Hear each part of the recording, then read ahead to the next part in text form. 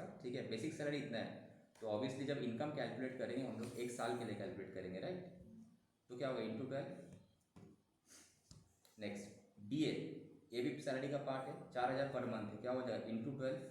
But यहाँ पे 40% जो दिया है तो यहाँ पे रिलेवेंट नहीं है। जब कोई सपोज ग्रेजुएटी बाकी कुछ अगर कैलकुलेशन करने के लिए बोला लीव सैलरी, तो वहाँ पे ये मेरा हेल्प करेगा। अभी तो पूरा 12 में लेना है, राइट।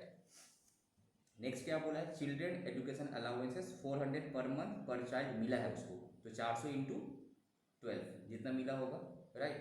नाउ इंटू 2, 2 चाइल्ड है भाई इसका, 2 चिल्ड्रन है, दूसरा कंपनी से तो भाई 400 इंटू 12 इंटू 2 ही मिला होगा। एक चाइल्ड के लिए 400, 2 के लिए 800, तो 800 इंटू 12 मिला होगा उसको। बट वो खर्चा कितना किया उससे हमको कोई रिलेवेंस नहीं है। एग्जाम्पशन फिक्स्ड है, कितना, 100 रुपीज़, अरे मंथली बोलो ना, 100 रुपीज़ पर मंथ पर चाइल्ड, मैक्सिमम 2 चिल्ड्रन, तो 100 इंटू 2 इंटू 12, मैक्सिमम 2400, राइट। तो एग्जाम्पशन लिखना, लेस करके एग्जाम्पशन 2400 दिखा देना कैसा हुआ, 100 इंटू 2 इंटू 12, ठीक है। नेक्स्ट हमारा क्या, कन्वीनियंस अलाउंस कितना मिला, 1000 पर मंथ, तो इंटू क्या होगा, 12। अब बताओ कन्वेंस अलाउंस का कुछ खर्चा का डिडक्शन मिल रहा था क्या, याद आ रहा है कुछ, तुम लोग एकदम पढ़ाई नहीं कर रहे हो। कितना, जितना खर्च कन्वेंस अलाउंस जितना हम खर्चा करेंगे उतना तो मिल ही जाएगा ना। तो खर्चा कितना किया, 800 करके, तो 800 इंटू वहाँ पे देखो, 800 इंटू 12 करके जो भी होता है तुम्हारा मिल जाएगा यहाँ पे।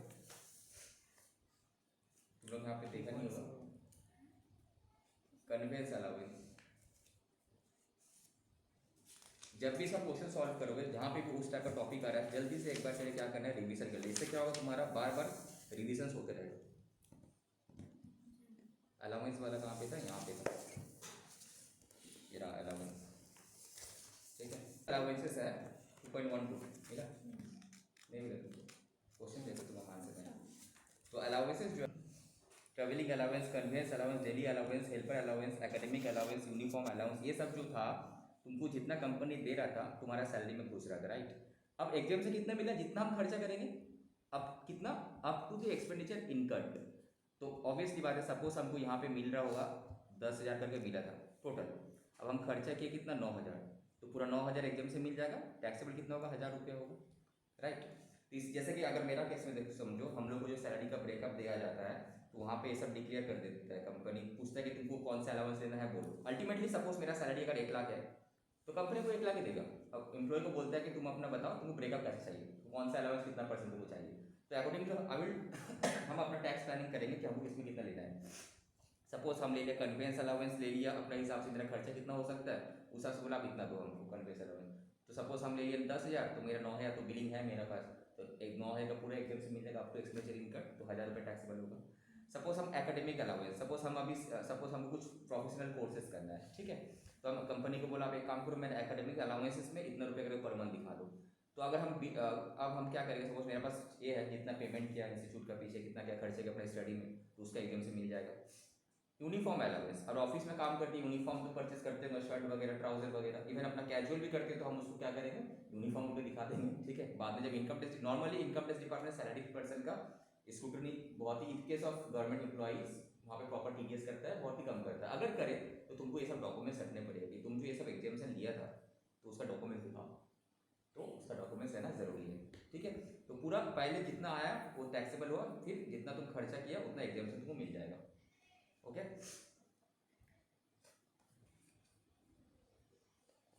तो यहाँ पे 800 इंटू 12 तुम्हारा एग्जाम से मिल जाएगा, पहले टैक्सेबल होगा 12,000, फिर 9,600 तुम्हारा एग्जाम से मिल जाएगा, ओके। यहाँ पे याद ये रखना था, कुछ कुछ अलाउंसेस जो है वहाँ पे depending on the expenditure exam से मिलता है, कन्वेंस, डेली, यूनिफॉर्म, एकेडमिक्स वगैरह। Children education allowance 100 rupees per month था, हॉस्टल में 300 रुपये करके था, ठीक है। ट्रांसपोर्ट अलाउंस नॉर्मली हम लोग को नहीं मिलते हैं, हैंडीकैप लीव जो है उसको मिलता है। एग्जाम्शन मेरा भी तो मेरे लिए फुल्ली टैक्सेबल होगा, बट एग्जाम्शन डिपेंड करता है कि सामने वाला हैंडीकैप के डी उसको मिलता है 3,000 करके। नेक्स्ट, ही receive 1,000 per month as medical allowance, तो मेडिकल अलाउंस क्या था बोलो, फुल्ली टैक्सेबल होगा। ये कितना खर्च है क्या उससे हमको कोई मतलब नहीं, मेडिकल अलाउंसेस मिला तो fully taxable, okay. Now mister X also receive 5,000 during the year as a leave encashment, तो लीव इनकैशमेंट अगर ड्यूरिंग द ईयर मिलता है, कुछ एग्जाम से मिलता है बोलो तो, यस सर। मिलता है leave encashment during the year? हाँ बोल रहा है, यस सर बोल रहे हैं, वाह। नहीं सर, ड्यूरिंग द एम्प्लॉयमेंट मिलता है तो फुल्ली टैक्सेबल है ना भाई। जब रिटायरमेंट का टाइम में मिलता है तब जाके थोड़ा बहुत एग्जाम से मिलता है, ठीक है।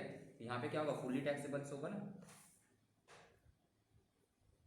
ओके। अब बोनस मिला तो ऑब्वियस तो फुल्ली टैक्सेबल से होगा ये।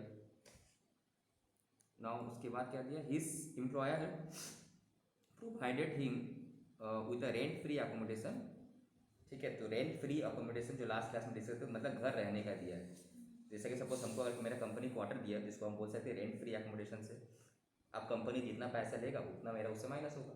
अगर सपोज क्वार्टर फैसिलिटी दिया इतना, तो उसका पर फीट का वैल्यूएशन करेगा कंपनी कैसे कि ये घर कंपनी का खुद का था ना कंपनी किसी और से भाड़ा पे लेके दिया है। अगर कंपनी का खुद का है तो पॉपुलेशन के हिसाब से 7.5% ऑफ सैलरी, या फिर कितना था 7.5, कितना था वहाँ पे 15 था, और एक तो क्या था 10 ना 12 था, देख लेना वहाँ पे कितना था, 10 था ना, 7.5 10 या फिर 15 था, ठीक है। नाउ अगर बट इस केस में क्या, एम्प्लॉयर तुमको भाड़ा पे लेके दिया तो तुम्हारा कितना आएगा, तो जितना भाड़ा हायर चार्जेस होगा तो 5,000 इंटू 12, 5,000 इंटू 12 और 15% of salary which ever is lower, ठीक है। ये था तो 5,000 इंटू 12 या फिर मेरा सैलरी का 15%। यहाँ पे सैलरी का मीनिंग क्या था in case of R F है, basic DA all other taxable allowances bonus bonus sleep salary सब आ जाएगा उसमें, बट परक्यूजिट्स नहीं आएगा। बट डीए कितना आएगा, ओनली 40% वाला घुसेगा, ठीक है। तो ये वाला सिर्फ कैलकुलेशन तुमको देखने को अलग से, बाकी सब तो सिंपल था। Now his employer gave him a loan, loan दिया है, फ्री में दिया भाई। तो याद है लास्ट क्लास में डिस्कस, लोन अगर तुमको फ्री में दिया है तो यहाँ भी तुमको बेनिफिट मिला। तुम अगर बाहर से लेता तो तुमको 15.25% इंटरेस्ट देते, बट हम यहाँ से ले रहे बोल के, तुम लोग यहाँ से भी देख सकते हो, बट हम यहाँ से ले रहे बोल के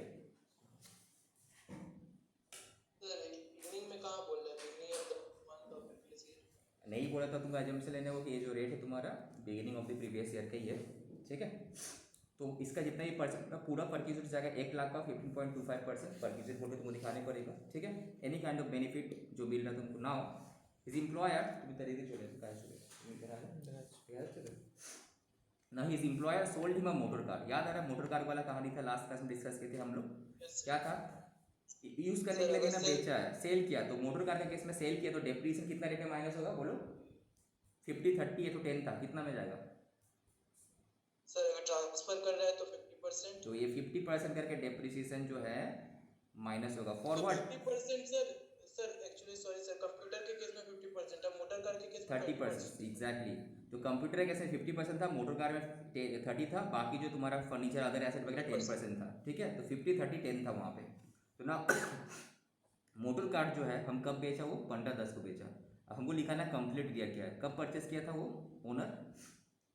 तो इस डेट और इस डेट का बीच का गैप कितना हुआ, 18/10 के बाद 18/10 एक साल हुआ, उसके बाद 18/10 2 साल हुआ, उसके बाद तो 18/10 नहीं हो पा रहा, तो कंप्लीट नहीं हुआ, तो उनमें से 2 साल ही काउंट होगा ना। कंप्लीट नहीं हो पाया, कंप्लीटेड ईयर बोला है, फॉर एवरी कंप्लीटेड ईयर। तो यहाँ से लेके 19 से स्टार्ट के 20 1 साल हुआ, सेम 18 का फिर अगेन 18 10 21 2 साल हुआ, उसके बाद 15/10 में हुआ, जस्ट 3 दिन का शॉर्टेज हुआ बट कंप्लीट नहीं हो पाया, तो हम कितना 2 साल ही काउंट करेंगे। तो उसका कॉस्ट कितना था 4 लाख। तो 4 लाख का ये कौन सा रिटर्न ऑन वैल्यू में होगा, तो हमको कैलकुलेट करना पड़ेगा। 4 लाख जो था पहले 4 लाख से लेस करेंगे डेप्रिसिएशन कितना परसेंट करके, 30% करके जितना हुआ होगा 20% सर। हाँ 50 20 10 राइट, हम भी भूल गए, ठीक है। बुक में होगा देख लेना, ओपन करो।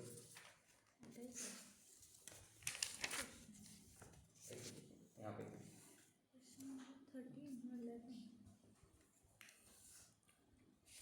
तुम लोग ये भूल गए, हम भी भूल गए। सब अच्छे सोल्यूशन अच्छे। हाँ बोलो। आज का हम रिकॉर्डिंग नहीं करेंगे क्योंकि हमको बहुत भी ठंडा लगे, इतना खास है यूट्यूब पे हम अपलोड नहीं करेंगे, ठीक है। इसे मन से सब कर लेना।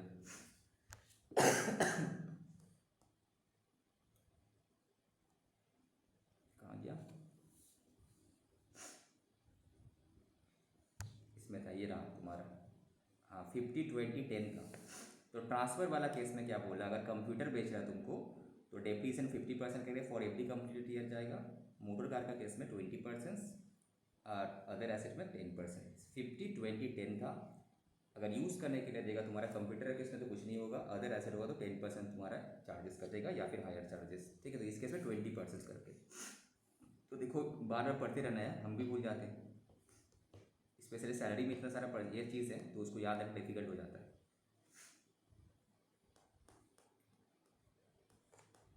कहाँ गया, इस पेज में थे हम लोग।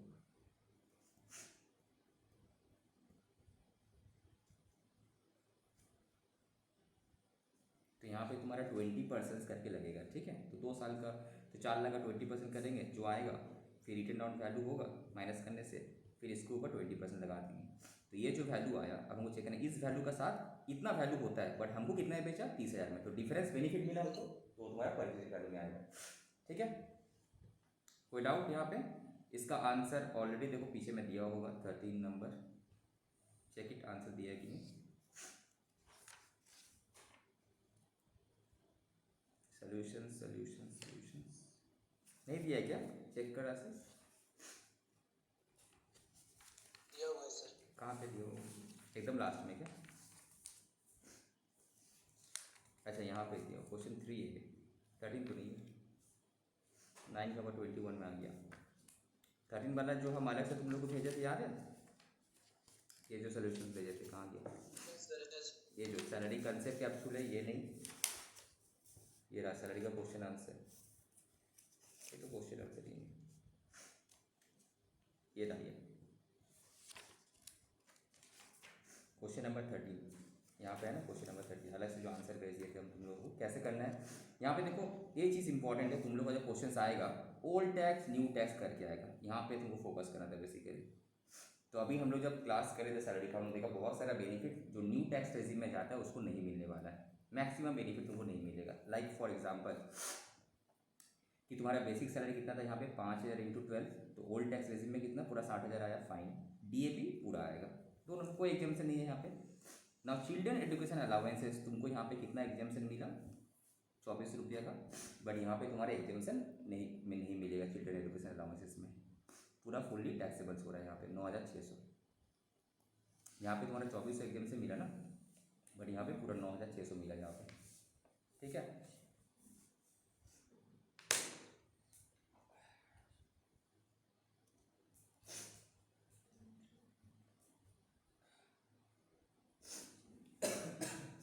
क्वेश्चन ओल्ड न्यू दोनों में करना पड़ेगा। हाँ जब बोले क्वेश्चन का यहाँ तो समझा, क्वेश्चन से बता दिया तुमको, तब अगर ये बताया तो ओल्ड करके करना, नॉर्मली बता देगी क्या करना है ओल्ड न्यू। तो फोकस यहाँ पे भाई देखो, चिल्ड्रन एजुकेशन अलाउंस मैक्सिमम जितना एग्जाम्शन, सिंपली याद रखना कि न्यू में नहीं मिलता, तो यहाँ पे पूरा टैक्सेबल हुआ, और यहाँ पे हमको 24 रुपये का बेनिफिट मिला, कितना करके था 100 इंटू 2 इंटू 12, ठीक है।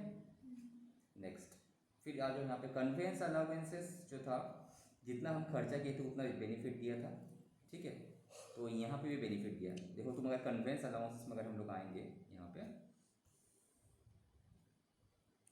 बैक करो, अच्छा ये तो दूसरा वाला ना,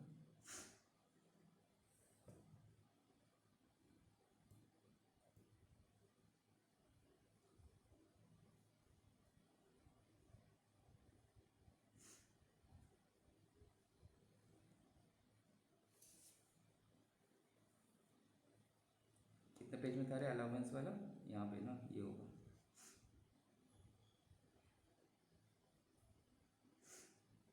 जो जहाँ पे नहीं मिलेगा अलग से बता दिया। देखो जैसे कि चिल्ड्रन एजुकेशन अलाउंस बोला no exemption in case of new tax regime, fine. Hostel allowance no exemption in case of new. Transport वाला ये भी तुम्हारा ये दोनों में मिलेगा, ट्रेडिशनल में भी मिलेगा न्यू, बट वो किसको हैंडीकैप्ड ब्लाइंड वाला को मिलता है, एग्जाम्शन का बात करें, ओके। उसके बाद तुम्हारा ये जो तुम्हें ट्रांसपोर्टर कंपनी में जो लोग जॉब करते हैं उनको जो डेली अलाउंस का एग्जाम्शन डेली अलाउंस में नॉर्मल जो मंथली अलाउंस मिलता था उसमें भी मिलेगा, ओल्ड में न्यू में नहीं मिलेगा। इस केस में तुम्हारा कुछ नहीं बोला, ये तुम्हारा दोनों केस में मिलेगा ना, यहाँ पे देखो, हाँ इस केस में कुछ क्वेश्चन साइलेंट है तो मतलब मिलेगा, बट इस केस में बता दिया no exemption if opted new tax regime, no exemption no exemption, that is ये जो तीनों है ये also for new tax regime, ये याद रखना, मैक्सिमम नहीं मिलता बट कुछ कुछ केस तुमको मिलता है, transfer allowance, convince allowance, daily allowance, इसको तुमको मिल रहा है दोनों में, ओल्ड में मिलेगा न्यू में मिलेगा, जितना तुम खर्चा करेगा मैक्सिमम उतना। But helper academic uniform new में तुमको नहीं मिलेगा। पढ़ते पढ़ते समझ में आ जाएगा। ओके, बार बार रीड करना है इसके लिए, ये एक कुछ हमें इस चैप्टर का। तो दिसंबर के लिए फिर चेंज हो जाएगा क्या? नहीं सारा चाहिए, बहुत कम अमेंडमेंट बनाते हैं।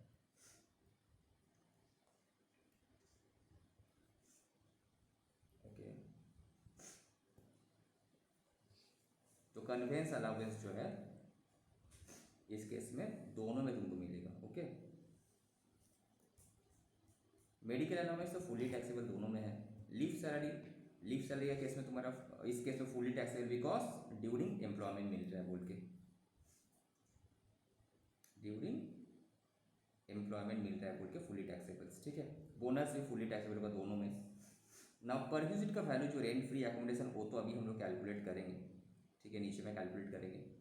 इंटरेस्ट फ्री लोन जो है उसका तो सिंपली है, इसका 15.25%, क्योंकि अगर तुमको फ्री में दिया तो कहीं और से लेता तो एसबीआई का rate as on the previous day of the financial year, मतलब 22-23 चल रहा है सपोज, 1/4/2022 को क्या रेट था, ये क्वेश्चन सारे ने मतलब अज्यूम कर रहे हैं कि प्रीवियस ईयर का रेट यही था 15.25।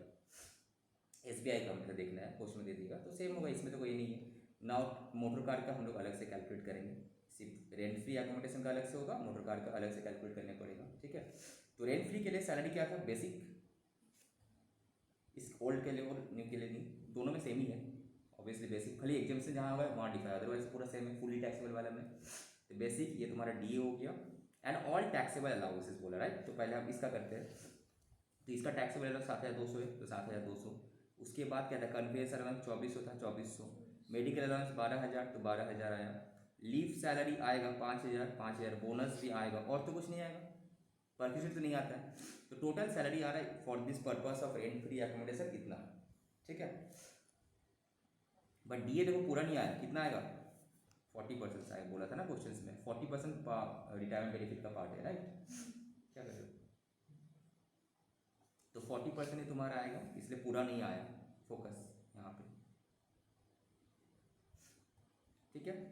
तो उसका 15% कितना होता है, इतना, या फिर rent paid by employer whichever is lower, तो कौन सा लोअर है, 5,000 के रेंट पे किया था वही लोअर हुआ, 5,000 इंटू 12 60,000 होता है, और इसका 50% शायद कुछ ज़्यादा ही होगा, तो लेस 60,000। तो तुम्हारा कितना आना चाहिए पर पीस वैल्यू, 60,000, तो देखो 60,000 आ गया।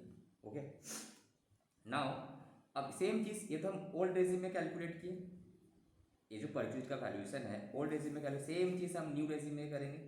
तो न्यू रेजिम में अगर हम करेंगे तो यहाँ पे क्या होगा, सैलरी का डेफिनेशंस में सिर्फ तुम्हारा क्या होगा, यहाँ तक तो ठीक था, इसमें एक्स्ट्रा कौन सा ऐड होगा, ये जो एग्जामिनेशन 9,600 होगा, ये जो क्या बोलते हैं चिल्ड्रन एजुकेशन अलाउंस 9,600 होगा, बाकी सब सेम था, ये भी सेम है, ये भी सेम है, सिर्फ ये 9,600 होगा, ये भी सेम है, ये भी सेम है तुम्हारा, ये भी सेम, ये भी सेम, सिर्फ ये 2,2400 बढ़ जाएगा। तो बस वही क्या हो, क्या किया, इतना तुम कैलकुलेट कर ही ली थी, तो और ऐड करके इतना आ रहा है, तो इसका 15% कितना होता है, इतना, बहुत ज़्यादा ही होता है, रेंट पेड बाय इतना, तो 60,000 ही आंसर है, दोनों में सेम आंसर आया, बट कैलकुलेशन दोनों का अलग है, राइट। वहाँ पे सैलरी का मीनिंग में सिर्फ तुम्हारा टैक्स एग्जामिनेशन बाद दे के आया, बट यहाँ पे सैलरी का मीनिंग में जो एग्जामिनेशन नहीं मिला था ना, तो दोनों में अमाउंट डिफरेंट है, सैलरी का अमाउंट। ओके, तो अल्टीमेटली दोनों में आंसर बाई चांस सेम आ गया, बिकॉज तुम्हारा रेंट पेड कम था बोलकर, अगर इसका बेसिस में होता, अगर ये कम होता, दोनों में आंसर डिफर करता, ठीक है, क्लियर। नाउ हमको करना क्या सर, अब बचा मोटर कार वाला, तो मोटर कार वाला तो दोनों में सेम है तुम्हारा। तो 4 लाख मेरा कॉस्ट था, 20% डेप्रीसिएशन मिलेगा फर्स्ट ईयर का, ईयर 1, फिर तुम्हारा 20% डेप्रीसिएशन ईयर 2 का, हम लोग देख रहे हैं नंबर ऑफ कंप्लीट ईयर 2 ही साल हो रहा था मेरा, तो अल्टीमेटली रिटर्न डाउन वैल्यू कितना, इतना, तुमको बेचा कितना में एम्प्लॉय 30,000 में, तो कितना का बेनिफिट तुमको मिला, 2,26,000, तो 2,26,000 मेरा सैलरी में ऐड होगा। तो दिस इज द वे हम लोग ग्रॉस सैलरी कैलकुलेट किए। उसके बाद सैलरी चैप्टर में देखे थे सर, एक स्टैंडर्ड डिडक्शन मिलता है, तुम्हारा सैलरी चाहे जितना भी हो 50,000 फिक्स है, बट न्यू टैक्स रेजिम में तुमको नहीं मिलता। अभी ये जो अमेंडमेंट आया है फाइनेंस एक्ट 23 वाला में, उसमें न्यू टैक्स रेजिम में दे रहा है 7 लाख तक 50,000, 7 लाख का 50,000, 50,000 तुम्हारा आ रहा है। तो अभी फिलहाल हम लोग का एग्जाम में जून वाले के लिए तुम्हारा नहीं है, और दिसंबर वाले के लिए तुम लोगों को उसमें एप्लीकेबल हो जाएगा, वो अलग से हम कराएंगे, ठीक है। तो यहाँ पे 50,000 तुमको डिडक्शन मिलेगा, इसके से नहीं मिला, बट ये दिसंबर टर्म के लिए अमेंडमेंट मेरा कहाँ है बोले तो अमेंडमेंट फाइनेंस एक्ट वाला हम देख लेंगे, वहाँ पे 50,000 मिलता है, ठीक है। एग्जाम नोटिस में दे देता है, इतना अमेंडमेंट आ जाएगा एग्जाम से पहले, तुम लोग नहीं, अभी जून वाला एग्जाम में नहीं है, दिसंबर वाला में है, ठीक है। इसको बस ध्यान रखना, ये जो है अमेंडमेंट चेक यहाँ पे आया हुआ है, तो वहाँ पे 50 का मिल जाएगा। एक देख लेंगे और एक बार चेक करें कितना मिलेगा, क्या कंडीशंस वगैरह है, ठीक है। ओके, नेक्स्ट क्वेश्चन में आ जाओ फिर से। इसका सॉल्यूशन वगैरह सब ग्रुप में भेजा हुआ है, फिर से हम भेज देंगे, ठीक। अरे बुक ऑर्डर कर लेना तुम लोग, और दिसंबर 18 के लिए हम बता देंगे कैसे करना है, बुक कहाँ से ऑर्डर करना बता देंगे कैसे करना है। और आईडी का आईटी का तो CS का मैथ से, उसका तो ऑनलाइन में तुम ऑर्डर कर देना, 310 रुपये लेता है, बता देंगे।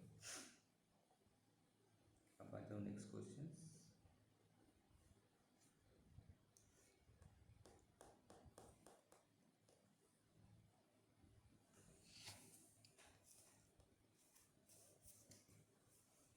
नेक्स्ट क्वेश्चन नंबर 14, इसको रोहित बताओ तो क्या ट्रीटमेंट होगा, फटाफट।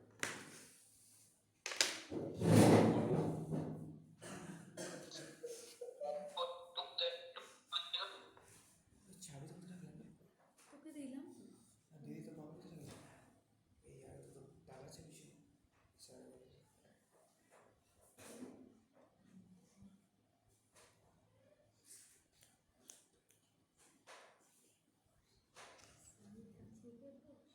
কি বলছিস কেন গোড में बैठे क्या तो के तक अच्छा তোমার আমার থেকে বেশি ইন্টারেস্ট अच्छा बोलो रोहित। डीए वाला तो सिंपल है, फुली टैक्सेबल होगा, तुम लोग को समझ में आ रहा है। ये सब चैप्टर फिर बाद में कराएंगे तुम लोग वाले। अभी रनिंग बैच से करा रहे, तुम लोग ऐसे कंप्लीट हो जाएगा, फिर एग्जाम के बाद स्टार्ट कर देंगे स्टार्टिंग से। तो डीए तो मेरा फुल्ली टैक्सेबल होगा भाई, ये तो फुल्ली टैक्सेबल है, तो इंटू 12 कर देना, तो अमाउंट करके लिख लो ना यहाँ पे जो भी आएगा मल्टीप्लाई करके, okay.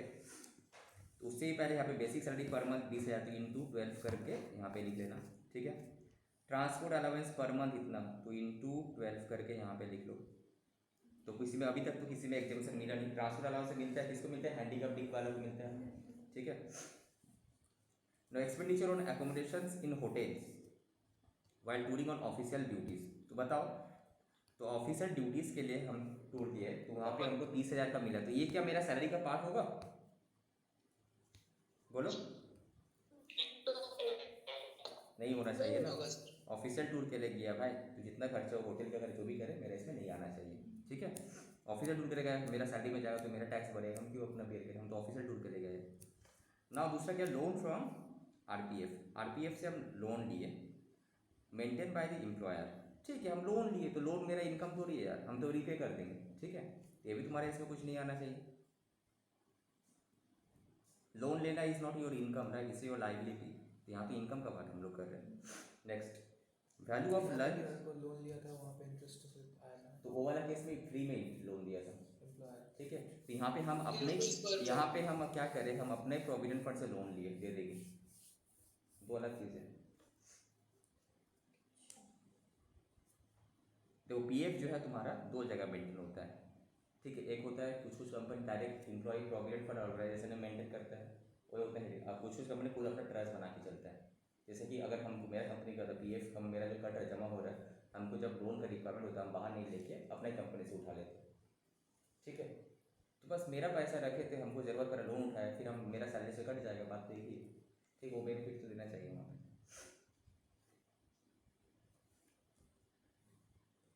Next, value of lunch provided by the employer during office hours, cost to the employer 12,000, ठीक है। लंच दिया office hour and cost to the, but तुमको मैक्सिमम लंच कितना मिलता है, बोलो बेनिफिट, 50 50 रुपीज पर मील। तो दिन भर का कितना मील हो जाएगा, एक लंच टाइम का ही तो मील देगा बेसिकली, 50 रुपये देगा, 3 रुपये लगा थोड़ी खिलाएगा तुमको, तो इंटू 365 भी अगर हम करेंगे मैक्सिमम, तो कितना होता है, मल्टीप्लाई करो, 250 एक सेट हो जाएगा, कितना हो रहा है, 18,250। अच्छा बहुत ज़्यादा ही हो जा रहा था, तो नील हो जाएगा, मेरा लिमिट का अंदर ही है, ठीक है। 50 रुपये वहाँ लेके तो काफ़ी ज़्यादा हो रहा था, 15,000 ही खर्चा किया, तो ठीक है चल जाएगा, ओके। 50 रुपये तो पर मील जैसे ही हमको दे रहा है, तो पर मील ही अगर हम काम 365 डेज, तो अब बहुत ज़्यादा हो रहा है, ये तुम्हारा पूरा एग्जाम हो जाएगा, ठीक है। रेसिडेंस टेलीफोन बिल, तो टेलीफोन बिल अगर एम्प्लॉयर पे करता है तो बताओ तो टैक्सेबल है कि तो एग्जेम्प्ट exempt है? है। ये एग्जेम्प्ट है, राइट।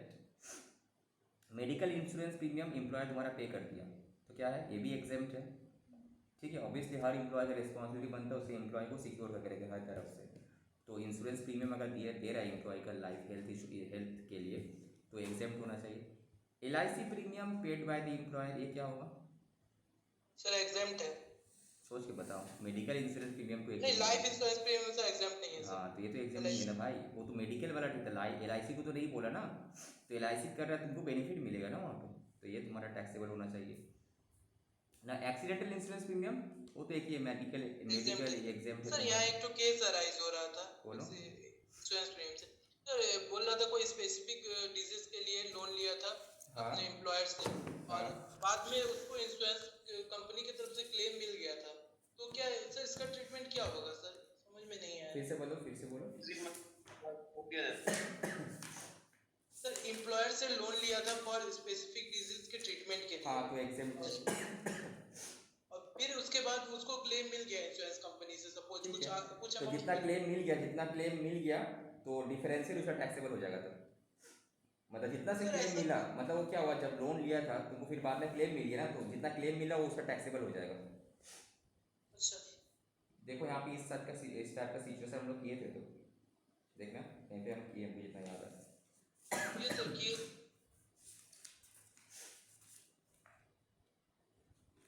देखो हम लोग किया हुआ है वाला सिचुएशन, ठीक है। एनीवे नेक्स्ट में जाओ। Gift is received from office colleagues, office colleague से तुमको गिफ्ट मिला है तो एम्प्लॉयर से तो नहीं मिला है। एक देखो ऑफिस कलीग से मिला है, सैलरी चैप्टर में इनकम कौन सा आता है, जो एम्प्लॉयर से मिलता है। एम्प्लॉयर पेयर एंड पेई के अंदर एम्प्लॉयर एंड एम्प्लॉय वाला रिलेशनशिप होना चाहिए, राइट। तो ये ऑफिस कलीग क्या मेरा एम्प्लॉय है? नो। तो ये मेरा इनकम फ्रॉम अदर सोर्स मिलेगा, डिपेंड करता है जो कैश गिफ्ट मिला, याद है क्या है रूल्स, 50,000, राइट। 50,000 का अगर ऊपर होगा तो अगर सर बात, एग्रीगेट वैल्यू ऑफ 50,000 हाँ होना एग्रीगेट चाहिए। वैल्यू पूरा साल भर का जो भी गिफ्ट मिला वो cash gift other than my relative से, तो 50,000 से ऊपर अगर होगा तो तुम्हारा टैक्सेबल होगा फुल अमाउंट। ठीक है next. Cost of medical treatment of my dependent mother, कहाँ पे? गवर्नमेंट हॉस्पिटल, क्या होगा? एग्जेम्प्ट होगा ना। एग्जैम्प्ट है सर, डिपेंडेंट है, गवर्नमेंट हॉस्पिटल है, कंपनी का खुद का हॉस्पिटल है। इवन अगर प्राइवेट में ज़्यादा तो तुम्हारा टैक्सेबल होता है, अगर कंपनी बेयर करता है। Taxable दूसरा होता स्पेसिफाइड डिजीज का केस में भी तुम्हारा एग्जेम्प्ट होता है, राइट। नेक्स्ट ये अगेन आगे मोटर कार वाला, इसका कितना परसेंट होगा? 20% डेप्रिसिएशन होगा ना। मोटर कार परचेज किए थे ऑन 1/6/2022 को फॉर ₹3 लाख में, ठीक है।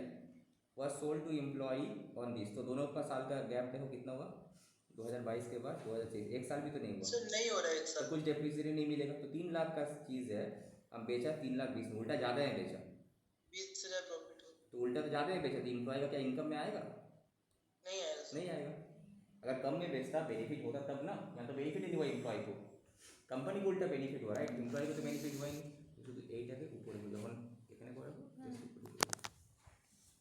ठीक है, इस केस में तो नहीं आएगा मेरा नथिंग नील, बिकॉज बेनिफिट कब होता है? जब हमको ज़्यादा का चीज़ कम दाम में बेचता है। तो यहाँ तो उल्टा है भाई, ज़्यादा डेप्रिसिएशन तो मिलेगा ही ना हमको, एक ही कंप्लीट ईयर तो हुआ ही नहीं मेरा यहाँ पर इस केस में, ठीक है। नेक्स्ट कंप्यूटर कॉस्ट जानिए क्या खा रही है?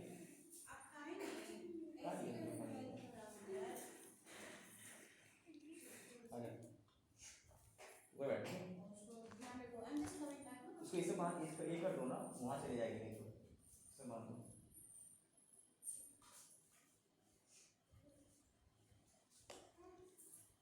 यार बहुत बुरी खबर है लेकिन। चलो नेक्स्ट कंप्यूटर कॉस्ट बाबू सो गया था। लो ये ले लो, एक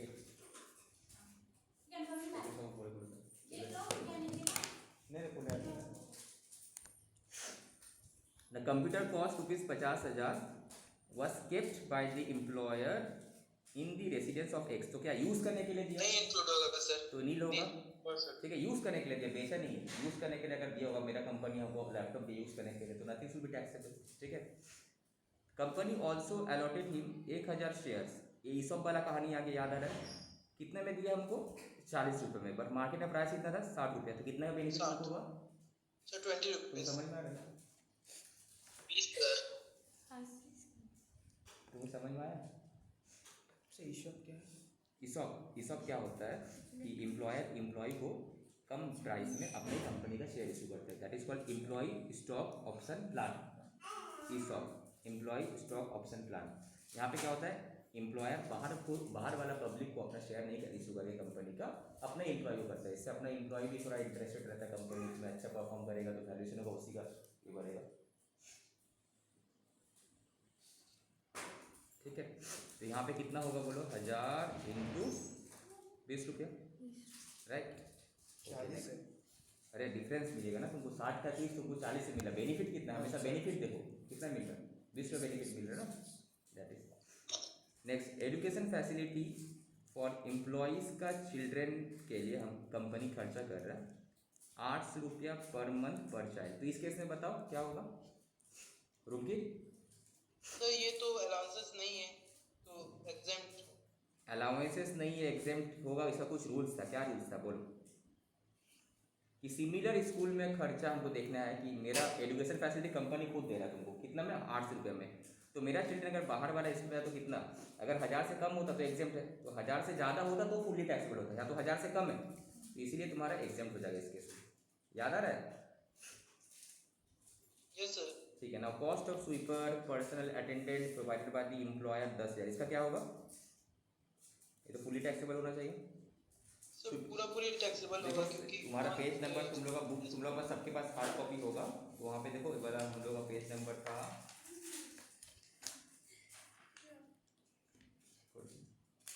हम लोग का पेज नंबर था कितना में था, तो सुबह वाला देखो यहाँ पे बुक में हम लोग का पेज नंबर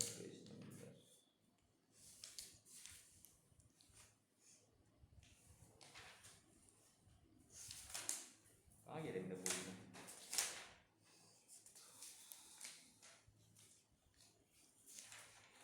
सर 2.18 पे। अच्छा 2.18 এ দেখো তো তুমি আছো ক্লাসে 2.18 में अगर हम लोग आएंगे वहाँ पे देखो value of sweeper gardener watchman personal attendant provided by the employer fully taxable है। ठीक है, फुल्ली, उसको अगर सपोज कंपनी पैसा दे रहा होगा ना स्वीपर को गार्डनर को वॉचमैन को, तो फुल्ली टैक्सेबल होगा तुम्हारा ये कोई बेनिफिट नहीं होगा। ठीक है,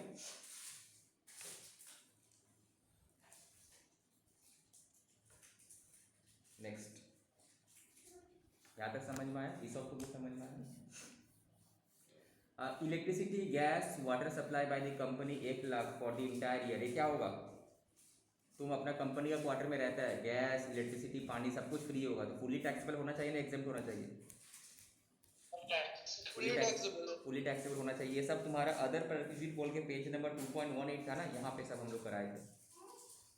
चलो नेक्स्ट, इसका आंसर भी है, वहाँ से देख लेना, हम बस यहाँ से समझा दिए। ठीक है, नेक्स्ट आ जाओ क्वेश्चन नंबर 15। सैलरी कितना है? 46,000 पर मंथ, तो इंटू 12 हो जाएगा, right? Into 12। Corporate membership fees, initial fees दिया एग्जेम्प्ट है सर। एग्जाम्प्ट है। देखो ये वाला तुम्हारा चैप्टर में आ जाएगा पेज नंबर 2.17। यहाँ पे अगर कॉर्पोरेट मेंबरशिप फीस दे रहा है, और ये भी तुम्हारा इस केस में क्या होगा? फुली टैक्सेबल होगा। इन दी हैज कहाँ पे किया? कॉर्पोरेट वाला, इनके सेकेंड वाला पॉइंट है। But in case of corporate membership fees, अगर इनिशियल फीस पेमेंट करा कंपनी, तो it shall not be included in the perquisite, that is exemption है, राइट? पेज नंबर 2.17 सबके पास आई होप की बुक होगा। ये तो पीछे अगर दिखाने को उतना टाइम अभी है नहीं। नेक्स्ट, इस केस में तुम्हारा क्या होगा? एग्जाम्पल। बट अगर सपोज कंपनी तुम्हारा कोई क्लब का मेंबरशिप फीस है, सपोज हम लोग यहाँ पे दुर्गापुर क्लब है, स्टील क्लब है, अब तुम्हारा कंपनी तुम्हारा मेंबरशिप का फीस पैसा तुम्हारा कंपनी को दे, आई मीन क्लब को दे दिया, तो इस केस में तुमको बेनिफिट मिला, तो तुम्हारा क्या होगा? एग्जाम्पल होगा।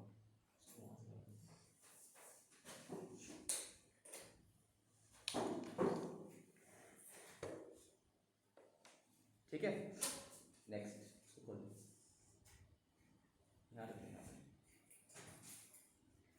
Now rent free accommodations owned by the employer. इस केस में क्या होगा? ओन वाला है तो 7.5 था, 10 था एंड 15% था, राइट? तो यहाँ पे पॉपुलेशन का कुछ बोला नहीं, तो तुम कुछ भी अज्यूम कर लो कि population is more than 30 lakh, तो क्या होगा 15% करके लगाएंगे तुम्हारा सैलरी को होगा। ठीक है, नेक्स्ट बाबू इधर आ जाओ, खोल दे पापा को।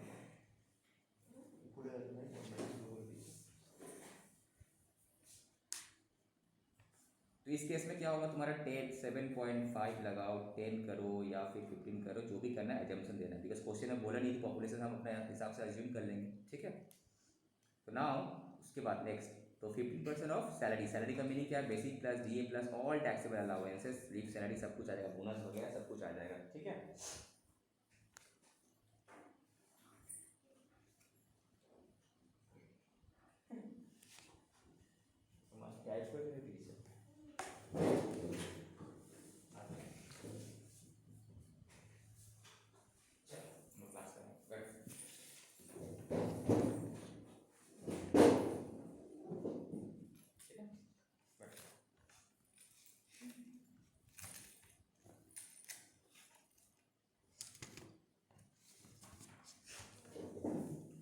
अब देखो हाउसिंग लोन। ठीक है, हाउसिंग लोन का केस में क्या है, 6 लाख रुपया का लोन दिया कंपनी हमको। ठीक है, at the interest rate 5%, but SBI का रेट कितना 8%, तो कितना का बेनिफिट तुमको मिल रहा है 3% का। तो 6 लाख का ऊपर इंटू 3% कर देना।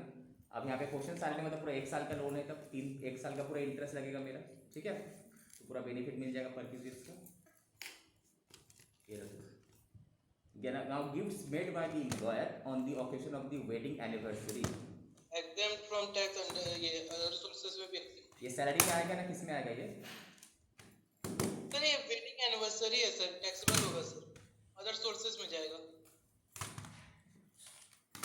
अदर सोर्सेस में आएगा, टैक्सेबल होगा, बट कितना गिफ्ट मिला है, तो 50,000 का क्रॉस कर दिया क्या तुम्हारा? तो वेडिंग एनिवर्सरी वाला था ना, तो हाँ, बट गिफ्ट का केस में लिमिट है ना, 50,000 का तो ऐसे छोड़ हाँ देना। सर 50,000 कैश गिफ्ट करता है। यहाँ पे गिफ्ट है, कुछ बोला नहीं है तुम्हारा, कैश गिफ्ट तुम मान लोगे तो तुम्हारा उस हिसाब से जाएगा। अदर कुछ गिफ्ट अगर होगा मम्मा चल अभी जाओ। ठीक है, next, wooden table and chart two chair were provided by the employer at his residence, इसलिए दिस वाज परचेस्ड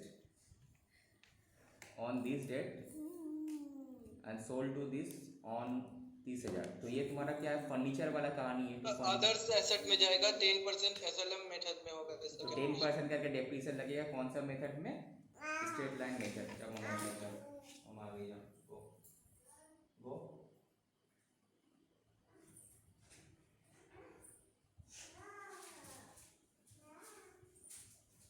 जा रही है वो, देखो आराम से। टाटा टाटा टाटा, चलो आज ये चलो बाबू। अच्छा यहाँ आना है तो खेलो, यहीं पे खेलो। ठीक है ना, तो इस केस में क्या है तुम्हारा, कंपनी तुमको इतना 60,000 का तुम्हारा खर्चा किया था इसमें, फर्नीचर में बेचा 30,000 में। तो फर्नीचर परचेस कब किया था, ये डेट है तुम्हारा पेज नंबर 2.4 पे,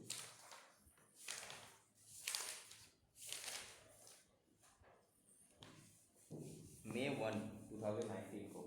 ठीक है, तो परचेस किया था तुम्हारा May 1, 2019 को। तो कैसा हुआ देखो, तो May 1 से लेकर अगस्त 1, 2022, तो May 19 के बाद तुम्हारा हो गया 21 साल, 21 2 साल, अब 22 3 साल तो आराम से हो गया। तो 3 साल का तुमको डेप्रीसिएशन मिलेगा, कितना परसेंट करके, 10% करके, वो भी कौन सा मेथड पे, स्ट्रेट लाइन मेथड। तो 60,000 का 10% कितना होता है, 6,000, तो 3 साल का डेप्रीसिएशन कितना होता है 18,000। तो 60,000 से 18,000 अगर हम माइनस करेंगे तो हम लोग बचा कितना 40 30, 60,000 से अगर हम लोग 18 माइनस करेंगे तो 42 आ रहा है, पर हमको बेचा कितना में 12,000 का प्रॉफिट है। 30,000। तो प्रॉफिट नहीं, मेरा लिए पर क्यूजिट्स होगा, तो हमको 12,000 का बेनिफिट मिला, तो मेरा पर क्यूजिट का वैल्यू में ऐड हो जाएगा, right. Now personal purchase through credit card, credit card से कुछ पर्सनली परचेज किए थे, बट इसका पेमेंट कौन कर दिया, एम्प्लॉयर कर दिया, पेड बाय एम्प्लॉयर। तो क्या होगा, ये मेरा इनकम में जाएगा। मेरा कोई भी खर्चा भाई हम अपना पॉकेट से नहीं, मेरे एम्प्लॉयर का बेनिफिट मिला ना हमको, तो ये टैक्सेबल होना चाहिए, right. An ambassador card which was purchase by the employer on इस डेट में 2,50,000, it was sold to the SEC, मतलब हमको बेचा ऑन दिस। तो डेट का गैप कितना हुआ, कार मतलब मोटर कार है, मोटर कार केस में कितना था 20% था ना डेप्रिसिएशन का रेट, तो 20% का रेट है। तो कंप्लीटेड ईयर चेक करो कहाँ से कहाँ तक कितना हुआ, 19 के बाद 20, 21, 2 ही साल, 22 तारीख होगा नहीं तो 2 साल का, तो 2 ईयर्स का हमको डेप्रिसिएशन लेने होगा। कैसे करेंगे, 2,50,000 माइनस डेप्रिसिएशन 20% एक साल का, फिर वैल्यू आएगा उसके ऊपर अगेन माइनस 20%। तो ये जो कंप्लीट वैल्यू आएगा, रिटर्न डाउन वैल्यू जिसको बोलते हैं, उसको कंपेयर करना हमको 80,000 में बेचा। बाबू देखो वहाँ पे हॉल रूम में है, ठीक, दोनों का डिफरेंस देख लेना कितना हमको बेनिफिट मिला, वो अल्टीमेटली मेरा परचेज वैल्यू में ऐड हो जाएगा, ठीक है। क्वेश्चन नंबर 15, ये लोग वहाँ पे देखो तो क्या assumptions दिया है क्वेश्चन नंबर 15 में।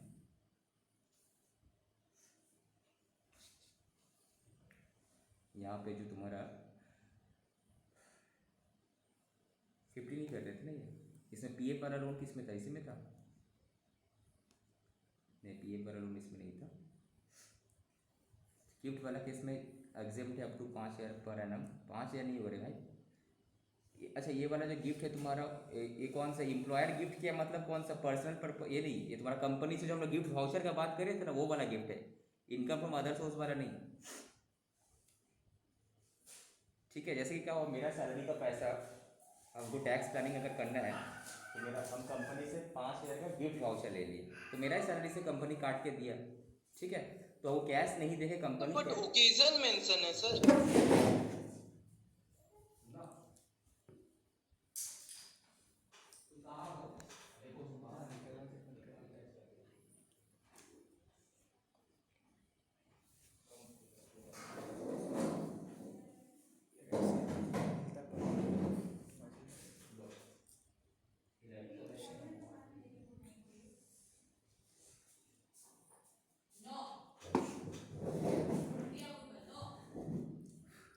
ठीक है, तो इस केस में तुम्हारा 5,000 जो है गिफ्ट वाउचर वाला केस था, इनकम फ्रॉम सर अदर ये तो सोर्स, ओकेजन मेंशन है ना यहाँ पे, ओकेशन मेंशन गिफ्ट है, वाउचर।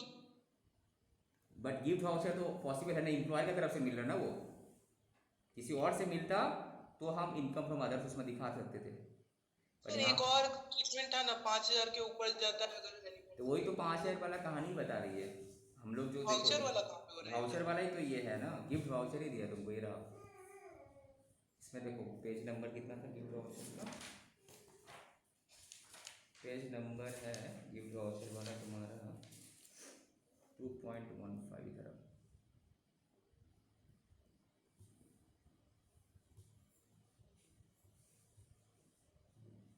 ये देखो गिफ्ट वाला केस में यहाँ था ना, गिफ्ट और वाउचर और टोकन,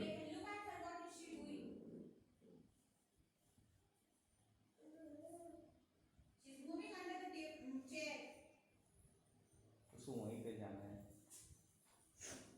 ना, गिफ्ट और वाउचर और टोकन और any member of the house hold, ठीक है, for any member of the house hold, ठीक है, in case of gift in kind perquisite up to 5,000 in 1 year shall be exempted and balance will be taxable. Suppose तुम्हारा company तुमको 10,000 का gift दिया तो 5,000 exempt है, बाकी 5,000 टैक्सेबल होगा एम्प्लॉयर वाला केस में, ठीक है। बट गिफ्ट अगर कैश से मिला होगा तो फुल्ली टैक्सेबल होगा तुम्हारा इस केस में, एम्प्लॉयर से अगर मिला तो। अब तुम्हारा क्वेश्चंस में क्या दिया था,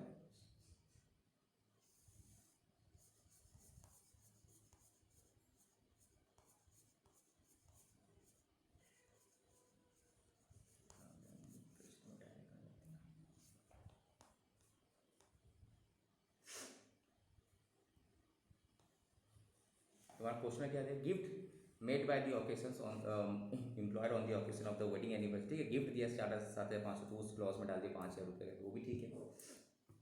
हम लोग इनकम फ्रॉम अदर्स उसके साथ लिंक कर रहे थे, बट यहाँ से लिंक किया, तो ये चीज़ याद है ब्रदर को, 5,000 का जो गिफ्ट वाउचर था उसके साथ लिंक कर दिया, यहाँ पे 5,000 तो एग्जाम्प्ट है, हम वहीं पे दिखाएंगे ना, एम्प्लॉयर से गिफ्ट मिला, किसी एम्प्लॉयर से मिला तो आराम से सैलरी हेड में दिखा देते, मेरा इनकम टैक्स बच जाएगा ना 5,000 तक, ठीक है।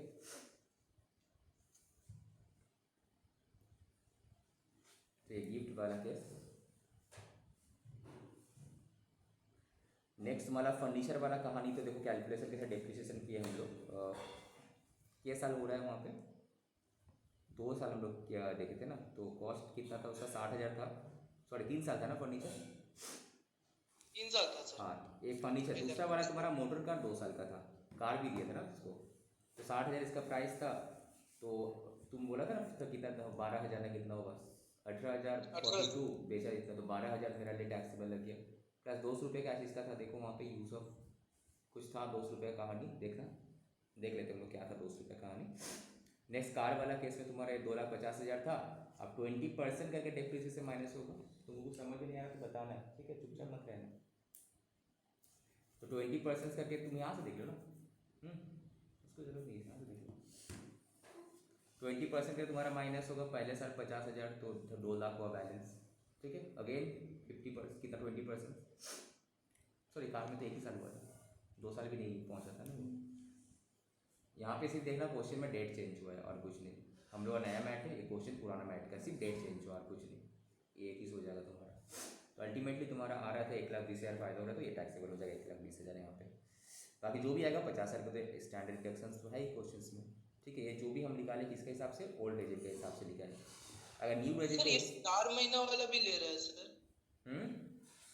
सर ये 4 महीना जो यूज किया है उसका भी फर्नीचर का हाँ ले रहा है सर। हाँ लेगा ना, बिकॉज इस कहानी में 2 चीज़ था, एक तो यूज़ भी किया था, दूसरा सेल भी किया था। तो सेल वाला तुम्हारा यहाँ से आया, यूज़ वाला तो अच्छा, 200 रुपये लेगा ना 10% करके, वही हम बोला कुछ तो वहाँ पे मिसिंग था। तो वहाँ पे देखना बोला था कि अप्रैल से लेकर जुलाई तक हम यूज़ करने के लिए दिया था, उसके बाद बेचा है। तो तुमको तभी ध्यान में आना चाहिए था कि सर 4 महीना इस मतलब यूज़ का पैसा कितना, 10% था। देखो 4 महीना के लिए जो यूज़ का हम लोग का था 10% पर एनम था, पेज नंबर अदर एसेट था 10% और हायर चार्जेस वाला। हाँ ये रहा 10% पर एनम बोला था वहाँ पे, इनकम्प्लीट ईयर नहीं बोला था। पर एनम मतलब क्या, जितना मैंने यूज़ किया उतना, तो 4/12 हुआ यहाँ पे, पर एनम था यहाँ पे। तो यूज़ करने दिया था पहले, तो यूज़ करने का कितना होता है, 6,000 रुपये करके तुम्हारा अगर ये था, कुछ हायर चार्जेस था वहाँ पे, देख लेते हम लोग क्या है, ठीक है। तो उसका 10% तो 4/12 6,000 नहीं हुआ, ये देख लेंगे 6,000 में 60,000 है, देख लेंगे हम लोग, ठीक है। तो ये यूज़ वाला था, क्वेश्चन में आ जाते हैं क्या था क्वेश्चन में। देखो इस क्वेश्चन में अगर हम लोग देखते हैं यहाँ पे, ये रहा, ये जो है provided by the employer at his residence, कहाँ गया, this was purchased on this date and sold to this use वाला कहाँ गया बोलो तो,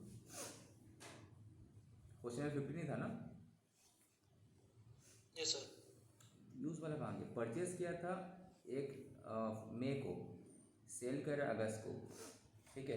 इसका मतलब लोग क्या अज्यूम कर रहे हैं यहाँ पे कि मई जून जुलाई जो है, लेकिन यहाँ पे लिखा हुआ है wooden table were provided by employ at his residence. हाँ मतलब यूज़ करने के लिए दिया था।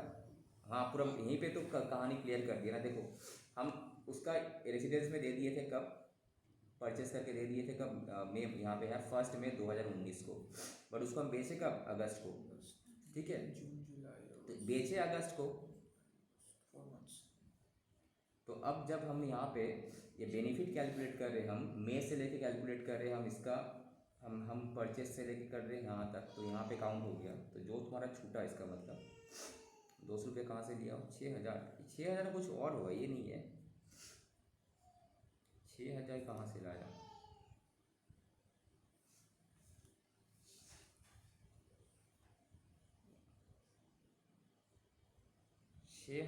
ना 6,000 तुम्हारा क्या किया, 60,000 का 10% बोला था ना यहाँ पे, एक्चुअल कॉस्ट का 10% 6,000 होता है, 1 साल का होता है, उसका 4 महीने लिया। 4 महीने कहाँ से कहाँ तक लिया, ये साल जो है मेरा खत्म हो जाना, मई से अगस्त मतलब जुलाई तक। मई से मई, तो मई का बाद तुम्हारा जुलाई, अब मई के बाद तुम्हारा मई जून जुलाई 3 महीना वहाँ पे लिया। एक्चुअली यूज़ करने के लिए भी वहाँ पे था ना, इसीलिए ट्रांसफ़र तो हम अब इसको किए, तो यूज़ इतना, इससे पहले तो हम यूज़ कर रहे थे ना, बिकॉज जिस पीरियड का तुम नहीं लिया डेप्रिशिएशन उसी का लिया है, ठीक है। देखो हम यहाँ पे समझाते हैं,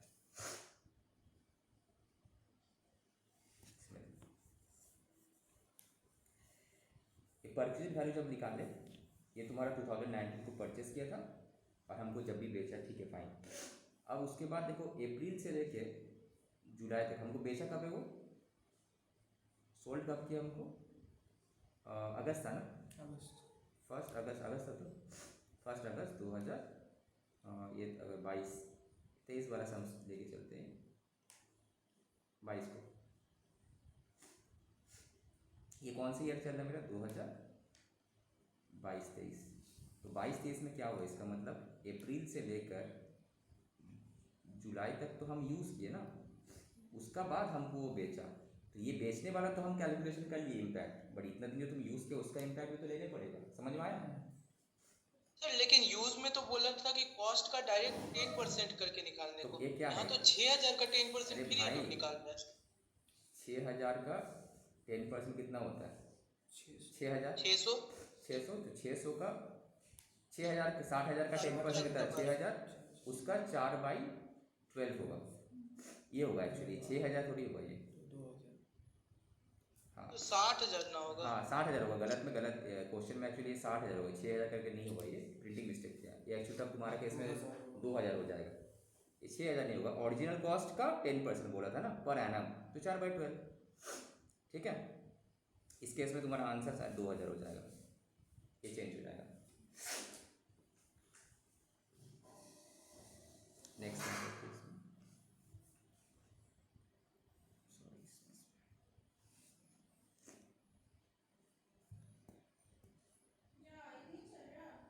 क्या नहीं चल रहा क्या,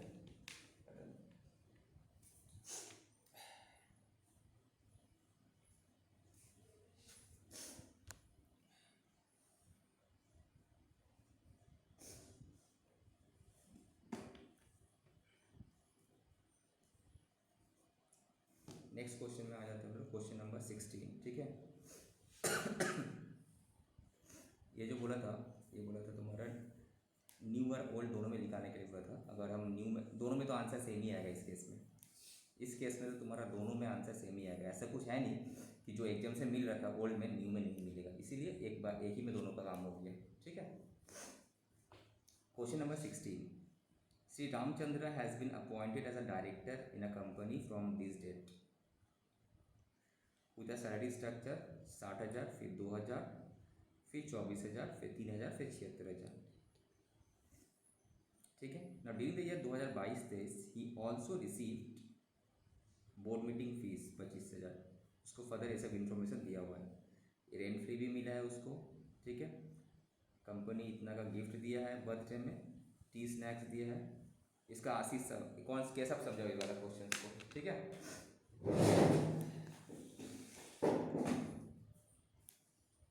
हमको भी वाला चेयर से हाँ हाँ उसके कौन सा এটা না ওটা, আরে বাচ্চাটা কি কিউট না দেখতে, পুরো আমার বোনের মতো দেখতে। वो हाँ हेलो हाँ बोलो बोलो। साउंड का वजह से अभी क्यों अच्छा करो लिखा जाए। Wow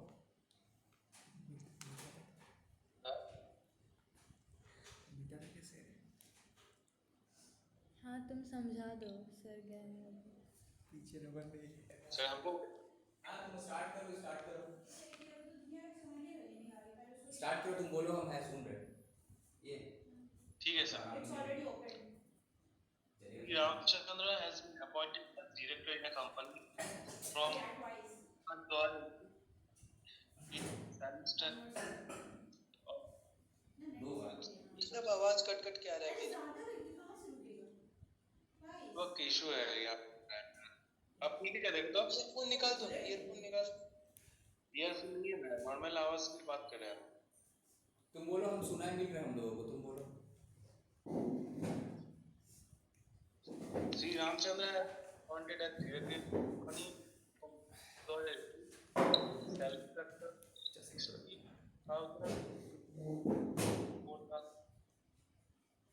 3,000 and 20,000. During the year 22-23, he also is attending board meetings of Purchase. He also तुम बस हमको इसका थोड़ा- तुम बस हमको इसका मीनिंग समझो, इसका मीनिंग क्या था, बोलो इसका मतलब क्या है। सर उसका स्केल है सर, पे स्केल पे स्केल है, सर। इसका मतलब जब वो ज्वाइनिंग किया था, कब ज्वाइनिंग किया था वो, 1/5/2021 को, उसका सैलरी कितना था, Yes, sir. 7,000। उसके बाद हर साल 1/5 को, नेक्स्ट ईयर का फिर 1/5/2022 को उसका सैलरी कितना से बढ़ेगा, 2,000 से, तो कितना हुआ, 62,000। अगेन नेक्स्ट ईयर अगेन बढ़ेगा 2,000, तो 64 पहुंचेगा। जब उसका सैलरी 64 हो जाएगा, उसके बाद नेक्स्ट इंक्रीमेंट कितना, 3,000 का होगा। ऐसे ही करते करते चलेगा जब तक 76 नहीं पहुंच जाता। इसका मीनिंग यही था, फर्स्ट क्लास में नोट डिस्कस किए थे, राइट, तो पे स्केल जो रहता था। Now during the year 2022-23 he also received एक बोर्ड मीटिंग फीस। तो एक बात, डायरेक्टर को जब बोर्ड मीटिंग फीस मिलता है तो क्या सैलरी हेड में जाता है ना अदर सोर्स में जाता है, बोलो सर अदर सोर्सेज में जाता है, other source, because board meeting fees as employ उसको नहीं मिलता। अगर ऐसा एम्प्लॉय मिलता तो उसका सैलरी में जाता। तो ये बोर्ड मीटिंग फीस मिल रहा है because he is a director of the company, तो दूसरा कैपेसिटी में मिल रहा है। तो बोर्ड मीटिंग फीस जो है उसका कहाँ पे जाएगा, IFOS में जाएगा, IFOS अदर सोर्सेज में जाएगा, ठीक है। Now he is provided with a rent free accommodation owned by the employer. तो रेंट फ्री का केस में क्या था, ओन्ड है, तो आइदर सर क्या होगा, 7.5, 10% और 15% एज पर लोकेशन। 7.5, 10 या फिर 15। तो क्वेश्चन साइलेंट है, तुम कुछ भी ले लो यहाँ पे। नॉर्मली 15 ही लेके चलते, सबको पता 30 लाख से ज़्यादा होगा। कहाँ पे था, लोकेशन दिया कि कुछ नहीं दिया, तो अजम्पशन लेना, ठीक है। नाउ कंपनी गिवन हिम, तुम्हारा आवाज़ क्यों आ रहा है इससे, ऑडियो ऑन किया है क्या? मुझे भी आ रहा है क्यों? टेक्निकल ऑडियो उनका, ओ तुमको ऑडियो कनेक्ट ही नहीं करना, अच्छा कनेक्ट समझ गए, तुम बैक कर देना।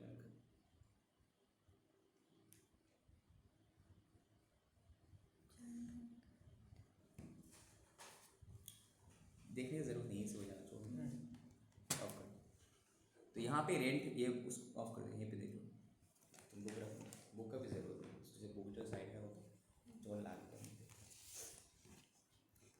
ना। उसके बाद द कंपनी गिफ्ट से ही कहाँ गया, हाँ गिफ्ट दिया है कंपनी बर्थडे पे। तो गिफ्ट के केस में कितना छाड़ था, 5,000। 5,000 तक तो इस केस में कितना होगा, 1,500 टैक्सेबल हो जाएगा। तो यहाँ पे 1,500 जो है तुम्हारा टैक्सेबल हो जाएगा। एम्प्लॉयर तुमको 5,000 तक गिफ्ट वाउचर दे सकता है जो एग्जेम्प्ट है, उसके बाद देगा तो एक्स्ट्रा अमाउंट टैक्सेबल हो जाएगा। जैसे कि क्या हुआ, इस टैक्स बचाने के लिए हम लोग भी क्या करते हैं, अपना सैलरी का 5,000 रुपया साल भर में एज ए गिफ्ट वाउचर ले लेते हैं। उसको जाके कहीं भी बिग बाजार जाए, शॉपर स्टॉप जाए, कहीं पे भी जाए, उसको हम शॉपिंग करके खर्चा। इससे क्या 5,000 का टैक्स कितना बचा मेरा, बोलो 1,500 रुपये। अगर हम 30% टैक्स ब्रैकेट में, 30% बचे ना मेरा, 1,500 रुपये बचे, ठीक है। नेक्स्ट टी स्नैक्स दिए हैं ऑफिस में। टी स्नैक्स का केस में क्या था, एग्जाम्प्ट होगा ऑब्वियसली। टी स्नैक्स का भी अगर टैक्स लेगा तो हमको ऑफिस में टी चाय नहीं पिएगा एम्प्लॉय तो क्या पिएगा, ठीक है, तो ये एग्जाम्प्ट होना चाहिए। पर हाँ, ये वाला अगर फ्री मील देता तो मील का कॉस्ट देखता 50 रुपये करके काउंट करता, 50 इंटू जितना दिन हम खाए होंगे। तो अब सपोज इतना होता है, बट हम कितना खाएं, सपोज 100 रुपये करके खाएं, तो बाकी जो डिफरेंस है टैक्सेबल हो जाएगा। Okay, now he made purchase worth rupees 10,000 on is credit card. तो क्रेडिट कार्ड वाला कहानी समझ में आ गया, कितना का, 10,000 का। Amount along with the annual charges पे कौन के एम्प्लॉयर किया, तो तुमको बेनिफिट मिला ना, फ्री में मिला ना तुमको, तुम खर्चा करते गए, तुम्हारे एम्प्लॉयर पे 11,000। तो 11,000 यहाँ पे 11,000 टैक्सेबल हो जाएगा ये, ठीक है। Employer provides you the meal, ये देखो मील का कहानी आ गई। पर डे का मील कितना, 10 रुपये करके, तो कॉस्ट कितना, कॉस्ट टू द एम्प्लॉयर पर मील में 80 रुपया। मील्स पर डे क्या, employer provides meals per day 10 रुपये per meal. Now cost to the employer, ultimate employer का कॉस्ट कितना है, 80 रुपये करके per meal. Now take 3 days in a, sorry 30 days in a month होगा। बुक देखो तो पेज नंबर 2.42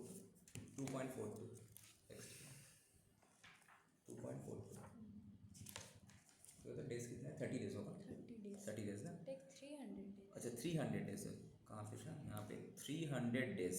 ओके, तो meals provided through non transferable voucher का थ्रू से दिया है, नॉन ट्रांसफरेबल वाउचर का थ्रू से दिया है। मतलब क्या किया, कंपनी तुम्हें वाउचर इशू कर दिया, जैसे होता है ना कूपन वाउचर टाइप का, तुम ट्रांसफ़र नहीं कर सकता। तो इस तरह से तुमको 300, कॉस्ट कितना कंपनी के लिए 800, तो 800 इंटू 300, तुमको एग्जाम कितना देगा वो, 50 का था, बाकी 30 रुपये टैक्सेबल हो जाएगा ना। यहाँ पे @10 की वो गलत लिखा कुछ, 80 करके तो बोले @10 बोल के फिर 80 क्यों दे दे रहे हैं यहाँ पे, देखो यहाँ पे मिल का पेज नंबर था तुम्हारा, ये कुछ चार्ज कर रहा है मील का 10 रुपया, जिसका कॉस्ट बढ़ रहा है 80 रुपया। एग्जैक्टली ये जो हम लोग एक सिचुएशन देखे थे ना, मैंने वो 80 रुपये का मील 10 रुपये में दे रहा है, तो वही हम एग्जाम्पल तुम लोग हम बुक से दिखा रहे हैं, इस टाइप का जो हम लोग किए थे यहाँ पे। देखो कंपनी का कॉस्ट है 80 रुपया, तुमको दे रहा है 10 रुपये में। मिल मिल मिल मिल वाला कहाँ किया, मिल वाला यहाँ पे था, यहाँ पे। इसके बाद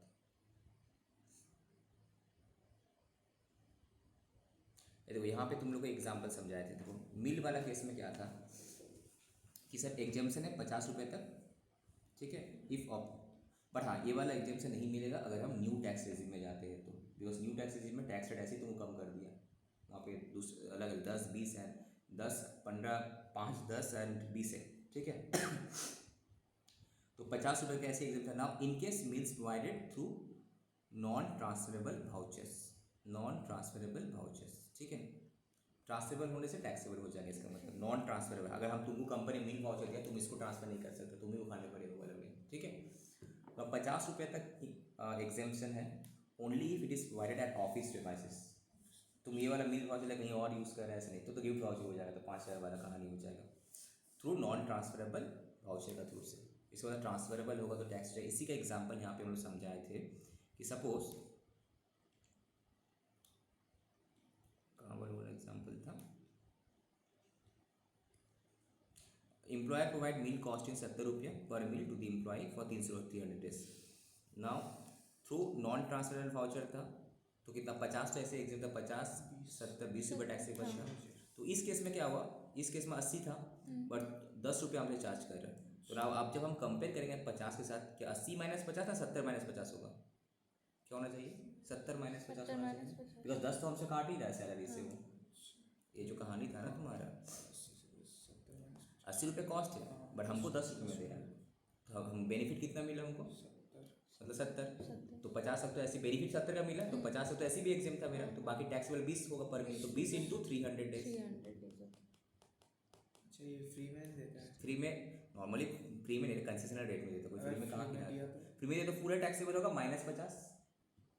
80 रुपये टैक्सेबल होता, 80 माइनस 50 रुपये टैक्सेबल इंटू जितना नंबर ऑफ डेज हम किए। ये जो ये केस में था तुम्हारा, देखो ये क्या दिया, एम्प्लॉयर मील दिया हमको पर डे का 10 रुपये में दिया, हमसे काटा 10 रुपये लिया, बट कंपनी का कॉस्ट कितना 80 रुपया, तो बेनिफिट हमको कितना मिला, बेनिफिट देखना है 70 रुपया, बट मेरा एग्जाम से कितना 50, तो 20 रुपया इंटू 300 मील खाए ना हम साल भर में, ठीक है। Next, employer has paid club membership fees 2 lakh रुपया फॉर द एम्प्लॉय। एक क्लब का दिया, कॉर्पोरेट का नहीं दिया, कॉर्पोरेट का देता वो भी कौन सा इनिशियल फीस होता। This was an individual membership, मैंने कॉर्पोरेट मेंबरशिप नहीं है। Monthly usage charges amounted to rupees कितना है 10,000 है, तो एम्प्लॉयर कितना पे किया हमको 2 लाख पे किया, तो 2 लाख जो पे किया पूरा टैक्सेबल होना चाहिए, ठीक है। अब नाउ इस 10,000 हमसे चार्जेस काटता है employer, monthly usage charges amounted to 10,000, employer काटता है कि नहीं, क्वेश्चन क्लियर नहीं कर रहा है।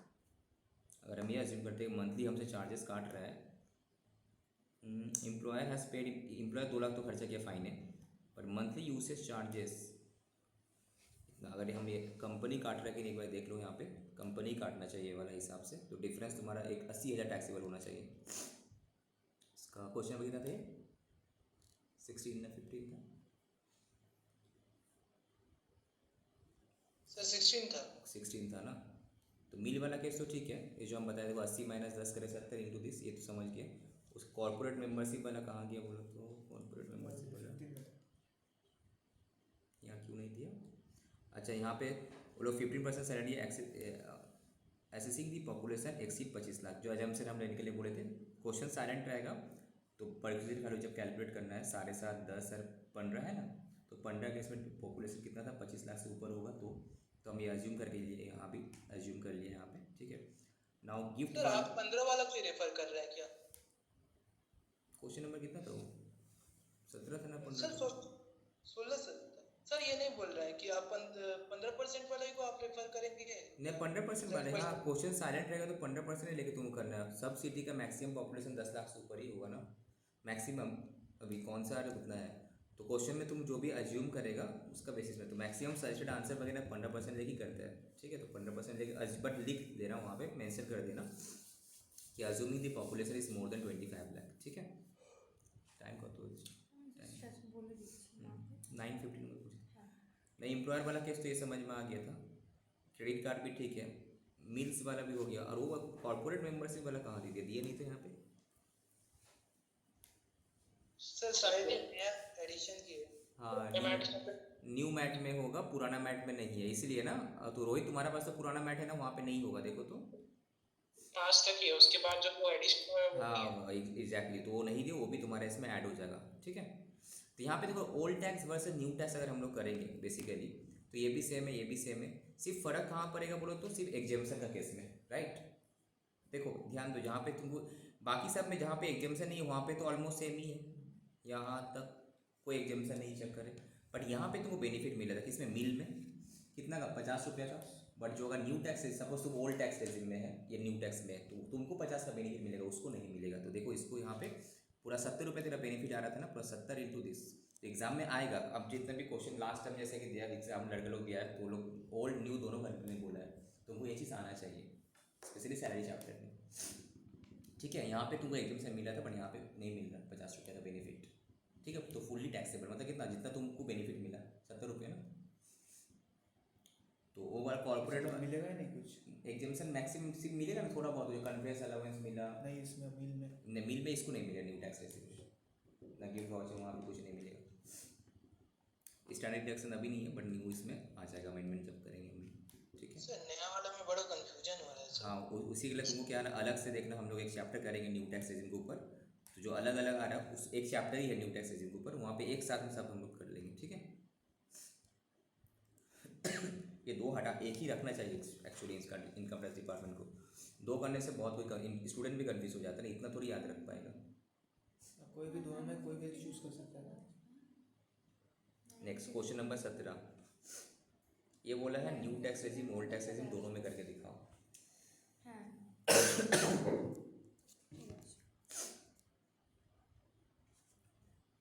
बेसिक वाला तो ठीक है, सब में तो कोई प्रॉब्लम नहीं है, डीए भी ठीक है।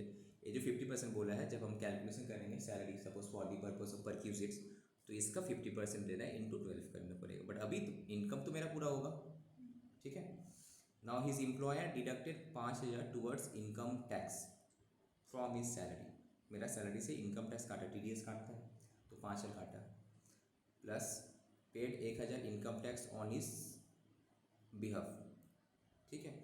तो 5,000 मेरा काट के दिया, ठीक है, इसमें कोई नहीं, बट 1,000 तो एक्स्ट्रा दिया ना, मेरा बेनिफिट हमको मिला ना, अपना पॉकेट से दिया कंपनी, तो ये तो मेरे लिए टैक्सेबल होना चाहिए। 1,000 हमसे जितना काटा वो ठीक है, मैं हमसे काट के दे दिया, ओके फाइन, मेरा इनकम में नहीं आएगा, बट ये 1,000 तो एक्स्ट्रा दिया ना। Now his employer paid his professional tax पे किया, तो अगर मेरा एम्प्लॉयर मेरा ही प्रोफेशनल टैक्स पे कर देता है, कितना 1,000 रुपये दिए, plus 2,000 was deducted from his salary, मतलब एक ये भी पी टैक्स है। सर ये एग्जाम्प्ट था ना लास्ट में, अभी तो एग्जाम्प्ट होगा, पहले इनकम में तो घुसेगा। तो तुमको तो कितना का बेनिफिट मिला तुमको यहाँ पे, 1,000 रुपये जो तुम्हारा पी टैक्स होता है एम्प्लॉयर पे कर दिया, तो ये सबसे पहले तुम्हारा परक्यूजिट इनकम में आएगा। ये 2,000 नहीं आएगा, 2,000 तो हम ही से काट के पेमेंट किया, जो हमसे काट के पेमेंट किया वो तो नहीं आएगा नील, बट ये जो 1,000 कंपनी पेमेंट किया वो मेरा पहले इनकम में आएगा।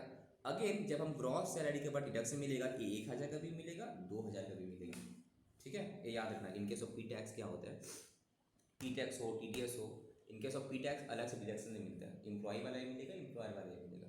जो एम्प्लॉयर वाला है वो तुमको पहले परक्यूजिट इनकम में तुम्हारा आएगा, फिर तुमको डिडक्शन दे देगा वहाँ पे, ठीक है। जब हम सोल्यूशंस करेंगे हम बताएंगे वहाँ पे। Now earlier Ajay was working in this company, ठीक है, on termination of his service there he receive during the year इतना फ्रॉम अनरिकग्नाइज प्रोविडेंट फंड 25,000, उसमें से 10,000 बोलता है क्या, उसका खुद का कंट्रीब्यूशन है। Again 10,000 being the contribution of employer है, कंट्रीब्यूशन से, एंड 5,000 इंटरेस्ट है, किसका इंटरेस्ट है, उसमें से 2,500 उसका खुद का इंटरेस्ट कंट्रीब्यूशन का इंटरेस्ट है, 2,500 एम्प्लॉयर है कंट्रीब्यूशन इंटरेस्ट है। इसका तुम लोग याद होगा कैसे करते थे, बोलो। यूआरपीएफ वाला आएगा, ये तो यूआरपीएफ वाला ही है रे भाई, कैसे करते हो? अच्छा सर, सर 12% अगर रहता है और इंटरेस्ट के केस में 9.5%। भाई ये URPF वाला है, और रिकॉग्नाइज प्रोविडेंट फंड में 12% एग्जेम्पशन था, तो URPF वाला है। बोल रहे हैं सर। एक तो प्रॉब्लम है, तुम लोग रिविजन नहीं दे रहा। पेज नंबर आ जाए यहाँ पे, देखो 12% तुम जो बोला है वो कब था? प्रोविडेंट फंड दो टाइप का होता है, एक होता है रिकॉग्नाइज प्रोविडेंट फंड, एक होता है unrecognise provident fund. Recognise provident fund मतलब जहाँ पे इनकम टैक्स डिपार्टमेंट इसको अलाउ किया है कि यहाँ पे अगर कोई PF में इन्वेस्टमेंट करता है तो उस केस में हम तुम्हारा एग्जाम्पशन दें। कितना देंगे? तुम्हारा एम्प्लॉयर, नॉर्मली हम लोग पता है PF जितना हमसे काटता है एम्प्लॉयर भी उतना कंट्रीब्यूट करता है। अगर मेरा PF 10,000 कटता है तो एम्प्लॉयर भी 10,000 देगा, तो मेरे अकाउंट में 20,000 जमा होता है बेसिकली, ठीक है, तो इक्वल अमाउंट देता है। अब इनकम टैक्स डिपार्टमेंट एग्जाम्पशन की एम्प्लॉय वाला तो ठीक है, मेरा इनकम का पैसा कट के जमा करे, मेरा इन्वेस्ट हो, मेरा इनकम, बट एम्प्लॉयर तो बेनिफिट दे रहा है हमको, तो ये मेरा इनकम आना चाहिए। तो इनकम टैक्स डिपार्टमेंट बोल रहा है कि तुम्हारा बेसिक या फिर DA जो है, बेसिक प्लस DA का 12% तक हम अलाउ करते हैं। तो हम देख लेंगे मेरा बेसिक प्लस DA का 12% कितना होता है, तो डेट 12% तक अलाउ है। अगर उससे ज़्यादा दे रहा होगा तो उतना डिफरेंस मेरा टैक्सेबल होगा। सपोज मेरा एम्प्लॉयर 14% करके दे रहा है, पर इनकम टैक्स तो 12% अलाउ किया, तो 2% टैक्सेबल हो जाएगा। तो ये तो है परसेंटेज में। अब साल भर का मिला के देखेगा इनकम टैक्स डिपार्टमेंट के 7.5 लाख तक तुम्हारा एम्प्लॉयर दे सकता है तुम्हारा PF का अकाउंट, उससे ज़्यादा नहीं।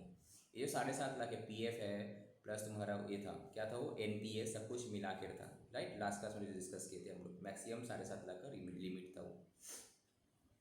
ना इंटरेस्ट जो मिलता है PF का, PF जो जमा रहता है उसके ऊपर इंटरेस्ट ही मिलता है, तो इंटरेस्ट अगर मिल रहा है 9.5% तक तो नथिंग इज टैक्सेबल। पर उससे ज़्यादा रेट में अगर इंटरेस्ट मिल रहा होगा हमको, एक्स्ट्रा अमाउंट, एक्स्ट्रा जो परसेंटेज है उस टैक्स लगेगा। Now in case of URPF, जब एम्प्लॉयर दे रहा है तब कुछ नहीं दे रहा है, हमसे एग्जेम्प्ट है। जब हम इंटरेस्ट मिला तब कुछ, बट जब तुम उठा रही हो, एम्प्लॉयर का कंट्रीब्यूशन टैक्सेबल है सैलरी में, इंटरेस्ट जो मिला एम्प्लॉयर का कंट्रीब्यूशन वो भी सैलरी में टैक्सेबल है। अब मेरा खुद का पैसा हम जमा किए थे, हम उठा रहे, क्या मेरे इनकम में आना चाहिए? मेरा खुद का इन्वेस्टमेंट हम उठाया भाई, तो मेरा इनकम में तो नहीं आना चाहिए, तो तुम्हारा इनकम में नहीं है। अब मेरा खुद का इन्वेस्टमेंट के ऊपर हमको इंटरेस्ट मिल रहा है, तो मेरा सैलरी में नहीं होगा, बट इनकम फ्रॉम अदर्स उसमें तो आएगा। अगर हम FD करते हैं, सेविंग्स करते हैं, उसमें जो इंटरेस्ट मिलता है तो इनकम तो आएगा, बट कौन से में? सैलरी में तो आएगा नहीं, तो वो तुम्हारा इनकम फ्रॉम अदर सोर्सेस में आएगा। तो दैट मीन्स 4% हो रहा है तुम्हारा PF का। जब ये PF से पैसा उठाएगा, हमको देखना है एम्प्लॉय वाला पोर्शन कितना है, तो फुल्ली टैक्सेबल है अंडर जब उठाएगा सैलरी वाला हेड में। उसके बाद इंटरेस्ट वाला एम्प्लॉयर का जो कंट्रीब्यूशन था उसमें इंटरेस्ट कितना मिला, वो भी तुम्हारा सैलरी में आएगा। एम्प्लॉय वाला हम जमा किए थे, हम अपना उठा रहे, मेरे इनकम में क्यों आएगा भाई? ठीक है, तो तुम्हारा नहीं आएगा, एक्सेप्ट मतलब नथिंग इज टैक्सेबल। बट हम मेरा उसका मेरा इन्वेस्टमेंट के ऊपर जो इंटरेस्ट मिला वो मेरा किस में जाना चाहिए? इनकम फ्रॉम अदर्स में जाना चाहिए, राइट। ठीक है, और अनरिकॉग्नाइज ये अनरिकॉग्नाइज का ही बात कर रहे हैं हम लोग। रिकॉग्नाइज वाला तो तुम्हारा क्या अभी पैसे काट ले रहा है तुम्हारा, जब उठाओगे तब तुम्हारा पैसे नहीं काटेगा वहाँ पर। कुछ केस में तुम्हारा काट लेता है, तो यहाँ पे उठाने के टाइम में एग्जाम्प्ट है। जो मेरा सपोज मेरा सैलरी से PF काटता है 10,000, तो मेरा एम्प्लॉय भी 10,000 दे रहा होगा ना, 12% का रेंज का अंदर ही है, ठीक है। तो नथिंग इज टैक्स, जब मिल रहा है तब भी टैक्सेबल नहीं है हमको, ठीक है। जब हम उठाएंगे तब भी टैक्सेबल नहीं होगा मेरे। प्लस मेरे इंटरेस्ट भी सपोज मेरा कंपनी में 9% देता है, ठीक है, तो वो भी मेरा एग्जाम्प्ट है, ठीक है। उठाने के केस में भी एग्जाम्प्ट है। कुछ सर्टेन केसेस है जहाँ पे अगर जल्द पहले रिटायरमेंट से पहले उठा लिया तो वो अलग केस सिनेरियो है, ठीक है। जब भी डाउट रहेगा फटाफट प्रोविजन देख लेना, तभी आके इसीलिए क्वेश्चन आंसर करने बोलते हैं, बिकॉज क्या प्रोविजन करने के बाद जब तक तुम क्वेश्चन आंसर नहीं करेगा दिमाग में गथेगा नहीं, अल्टीमेटली एग्जाम में क्वेश्चन आएगा, तो फॉर्मेट तो हैबिचुएट हो जाएगा। नेक्स्ट कहाँ पे थे? तो ये वाला केस में क्या होगा तुम्हारा, बोलो। ये वाला सैलरी में आएगा, एम्प्लॉयर वाला पोर्शन है, सपोज 10,000 बिंग हिज कंट्रीब्यूशन, तो नहीं लाएगा, अपना वाला में तो नहीं आएगा। 10,000 एम्प्लॉयर का, तो ये सैलरी में आएगा, राइट। 5,000 जो इंटरेस्ट में उसमें से एम्प्लॉयर का कितना है, इतना है, तो ये मेरा सैलरी में आएगा, और ये वाला IFOS में जाएगा, इनकम फ्रॉम अदर सोर्स में जाएगा, ठीक है। तो हमको मिला था 25,000, उसमें से मेरा सैलरी इनकम में जाएगा, सैलरी, हाँ ठीक है, अभी तो ये कर लेना, सैलरी में जाएगा तुम्हारा, ये IFOS में, ये सैलरी में। एम्प्लॉयर वाला दोनों पोर्शन सैलरी में जाएगा। मेरा वाला खुद का जो प्रिंसिपल है वो कुछ नहीं होगा, इंटरेस्ट मेरा इनकम है, वो मेरा इनकम फ्रॉम अदर सोर्स में जाएगा, ठीक है। उसके बाद इंटरटेनमेंट अलाउंसेस था, तो बताओ इंटरटेनमेंट अलाउंसेस का एग्जाम से मिल रहा था किसको? सेंट्रल गवर्नमेंट एम्प्लॉय को मिल रहा था, बट ये तो सेंट्रल गवर्नमेंट एम्प्लॉय है नहीं, मिलेगा इसको। इस केस में फुल्ली टैक्सेबल होगा। कहाँ गया? इस केस में फुल्ली टैक्सेबल होगा उसको। अप्लाई हुआ था अगर बहुत तो उसके लिए तुम्हारा एग्जाम्शंस है, ये जो अलग से लास्ट क्लास में लोग किए थे, कितना एग्जाम्शन मिलेगा।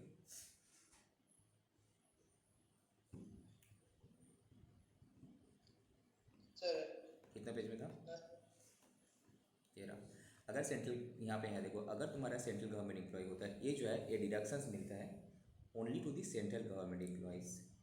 अगर ऑब्वियसली न्यू टैक्स रेजिम में जाएगा तो मैक्सिमम तुम्हें नहीं मिलेगा, कुछ कुछ मिलेगा जो अलग से हम लोग डिस्कस किए, तुम्हारा यूनिफॉर्म अलाउंस, एकेडमिक अलाउंस वगैरह, वो सॉरी नॉट ये कन्वेंस अलाउंस वाला जो वो सब था, ठीक है ना। इस केस में सपोज अगर सेंट्रल गवर्नमेंट एम्प्लॉय उसको जब मिला तो टैक्स अमाउंट आया, अब लेस डिडक्शन कितना होगा, एक्चुअल मिला जितना, या फिर उसका बेसिक सैलरी का 20% या मैक्सिमम 5 है, whichever is lower.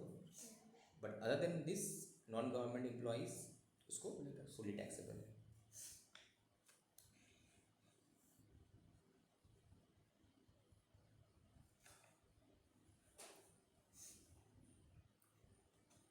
Okay, next, he and his employer both contributed 15% of salary to recognize recording हो रहा है ना, to recognize provident fund, RVF में जमा किया। तो बताओ हम भी जमा किए तो इलेक्ट तो सिर्फ 12% टैक्सेबल होगा। अच्छा देखिए तो ऑनलाइन में सबको है कि सब सो गया? आशीष है, देवोजीत तो देवोज्योति তুমি আছো? केशव तो है, रोहित, रूम की, आशीष कुमार समझ में आ रहा है? रूम की বুঝতে পারছো?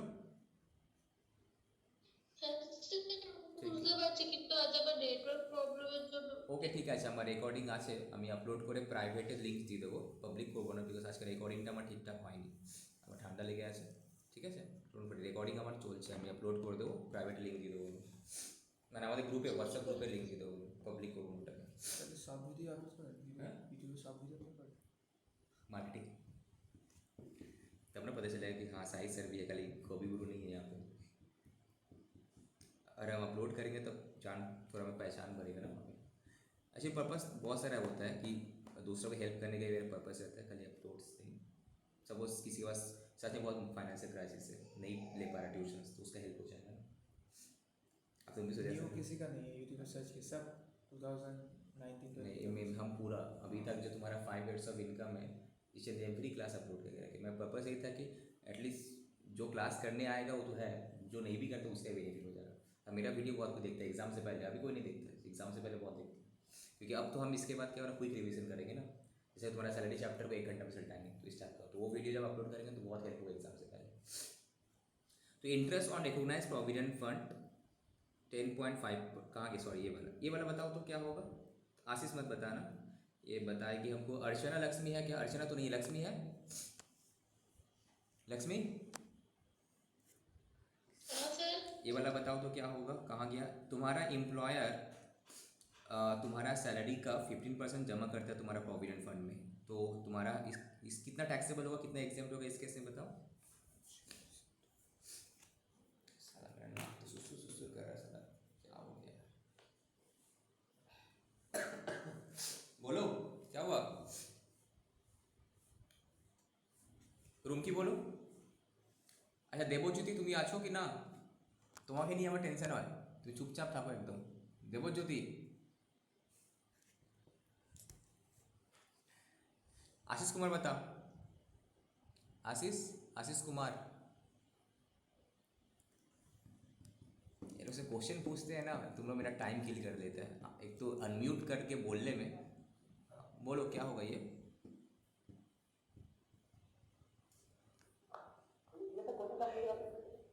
क्वेश्चन देखो हम हाईलाइट किए, तुम रिपीट करने के लिए, स्क्रीन में दिख रहा है ना क्वेश्चन, ये क्वेश्चन है, क्या होगा बोलो, कितना टैक्सेबल होगा, कितना एग्जाम्प्ट होगा इस केस में?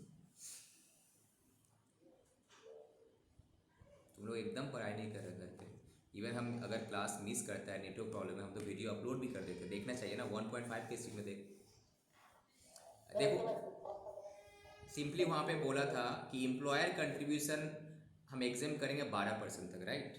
तो 12% तक एग्जाम था तुम्हारा, एग्जाम है, बट यहाँ पे कितना किया है 3%, तो 3% टैक्सेबल होना चाहिए। तो हम क्या करें, मेरा यहाँ पे जो है बेसिक प्लस डी ए कितना देख लेंगे, दैट इंटू 3% जो होगा टैक्सेबल हो जाएगा। कमीशन भी था सर, कमीशन भी था यहाँ पे, यहाँ क्वेश्चन में कमीशन है क्या? अगर है तो कमीशंस भी यहाँ पे ऐड करना, ठीक है। और अपना करो तो कोई प्रॉब्लम, अपने इन्वेस्टमेंट करेंगे वो मेरा क्यों इनकम में आएगा, ठीक है, तो अपने का तो कोई दिक्कत ही नहीं है। नेक्स्ट, अब देखो प्रोविडेंट फंड का जो इंटरेस्ट मिल रहा होगा तुमको हर महीना हर साल, ठीक है, 10.5%, तो मेरा भी ऊपर तो कितना टैक्सेबल होगा 9.5% तो इसका मतलब ये जो 10,500 है ये 10.5 का वैल्यू है, तो टैक्सेबल कितना होगा 1%, दैट इज 10.5 माइनस 9.5, तो 1% का वैल्यू तो निकाल देंगे कितना होगा, डिवाइड बाय 10.5 इंटू 1, तो इतना अमाउंट मेरा टैक्सेबल होगा, right. His employer paid his income tax, अब तुम्हारे इनकम टैक्स का पेनाल्टी तुम्हारे एम्प्लॉयर पे के तुमको बेनिफिट मिला ना, परक्यूजिट से तो ये भी टैक्सेबल होगा। मेडिकल एक्सपेंसेस किए थे हम 25,000, रिम्बर्समेंट किया कौन, एम्प्लॉयर, तो इस केस में क्या खर्चा किए थे ये किया, तो गवर्नमेंट हॉस्पिटल होता तो ठीक है एग्जाम होता, अपना हॉस्पिटल होता तो एग्जाम होता, स्पेसिफाइड डिजीज होता तो एग्जाम होता, तो इस केस में तो एग्जाम नहीं होगा, इस केस में क्या होगा नहीं होगा, फुल्ली टैक्सेबल होगा। His employer provided him a motor car 1.6 CC, तो 1.6 से कुछ याद आ रहा होगा तुम लोग कितना, 1800 ना 2200 कितना था, 1800 और 2400 था, तो इस केस में 900 पर मंथ कैफियर सैलरी, तो 2400 तो मिलेगा भाई, पार्टली ऑफिशियल पार्टली पर्सनल है, मतलब जब तुमको कंपनी कार फैसिलिटी देता है तो वहाँ पे एक होता है तुमको ऑफिशियल पर्पस में ओनली दे रहा है तो कोई नथिंग इज टैक्सेबल, पर तुम उसी कार को पर्सनल भी यूज़ कर रहे हो ऑफिशियल भी यूज़ कर रहे हो, तो उस केस में दो सिनेरियो था कि अगर हम डॉक्यूमेंट मेंटेन कर रहे हैं तो जितना हमको पैसा मिला होगा, ठीक है, उससे माइनस जितना मेरा ऑफिशियल पर्पस में खर्चा हुआ होगा वो माइनस कर देंगे तो बाकी इस टैक्सेबल है। पर अगर हम डॉक्यूमेंट मेंटेन नहीं कर पा रहे तो सिंपली क्या होगा, वो डॉक्यूमेंट मेंटेन वाला कहानी कहाँ था, डॉक्यूमेंट मेंटेन वाला कहानी तब होता है जब इम्प्लॉई वहाँ पे खर्चा कर रहा था, ठीक है, तो यहाँ पे एम्प्लॉयर का कार है और खर्चा भी एम्प्लॉयर बेरेगा, तो 1800/2400, तो अगर तुम्हारा सीसी 1.4 ना 6 था वहाँ पे क्वेश्चन इसमें 1.6 से कम है तो तुम्हारा 1.6 ना 4 था, एक मिनट, ये सब छोटा मोटा चीज़ ना याद नहीं है, 1.6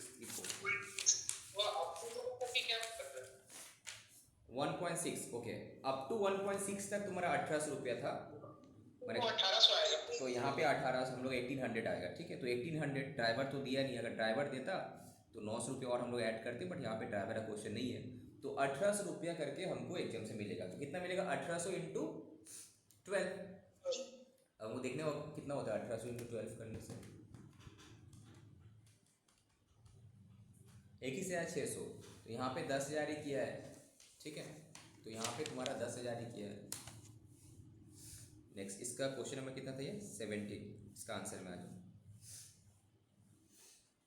इसका आंसर कौन से कोई बनाना पड़ेगा, कैसे कोई बनाने की जरूरत, सब कुछ बुक में है, बुक में नोट्स नहीं करना पड़ेगा, सब कुछ नोट्स बुक में है, बार बार ऐसे ऐसे करना पड़ेगा, वो तो हम टैब में क्या बोल रहे हैं तुमको, तो सब क्वेश्चन आंसर जब करेगा तो बस क्वेश्चन आंसर सॉल्व करना है, क्वेश्चन बुक से देखना, आंसर तेरा कॉपी में रहना चाहिए, बस दैट्स इट, बाकी तो कंसेप्ट तो बुक में है पूरा, सिर्फ आंसर तुमको क्वेश्चन एक कॉपी मेंटेन करना है आंसर सॉल्व करने के लिए, तुम देख के सॉल्व करना, बिकॉज आंसर भी दिया हुआ है नोट्स में हम भेज देंगे, तुमको बस कॉपी मेंटेन करना है, जस्ट इस बुक में आंसर नहीं है, इस बुक में भी आंसर है, उल्टा के देखेगा ना तुम, बार बार दिक्कत हो रहा है तुम यहाँ पे कर लेना, ठीक है। अभी इन लोगों के पास तो टाइम नहीं है बोल के लिख के करने के इतना टाइम है नहीं उसके पास, तो उन लोगों को शॉर्टकट ही देख के जाने पड़ेगा, ठीक है। क्वेश्चन नंबर 17, तो इसमें तो कोई दिक्कत नहीं है, देखो यहाँ पे देखो new tax regime old tax regime, अच्छे से फोकस करना, तो बेसिकली तुम्हारा कहाँ पे डिफरेंस है, जहाँ पे भी एग्जाम्शन का क्वेश्चन ये आएगा तब तुमको सोचना कि एग्जाम्शन मिलेगा कि नहीं मिलेगा न्यू टैक्स रेजिम में, अदरवाइज तो सेम है, बेसिक सैलरी जो है पूरा दोनों में सेम, ये भी सेम, इनकम टैक्स पेड किया इसका भी दोनों में सेम, ठीक है, professional tax paid by the employer पे किया तो हमको बेनिफिट हुआ ना, तो पहले इनकम में आएगा, फिर देखो बाद में यहाँ पे जब करेंगे डिडक्शंस मिल जाएगा, मेरा खुद का प्लस एम्प्लॉयर का 3,000 डिडक्शंस मिल गया, और ये बेनिफिट यहाँ तुमको नहीं मिलेगा न्यू टैक्स रेजिम में। अभी ये 50,000 वाला सिर्फ तुमको दिया है अमेंडमेंट, वो हम लोग देख लेंगे जब हम लोग अमेंडमेंट करेंगे वहाँ पे, ठीक है, क्या कंडीशन है उसका, जितना मुझे याद है 50,000 का कुछ है 7 लाख कुछ ऐसा घट गया है, देख लेने पड़ेगा हम लोग को।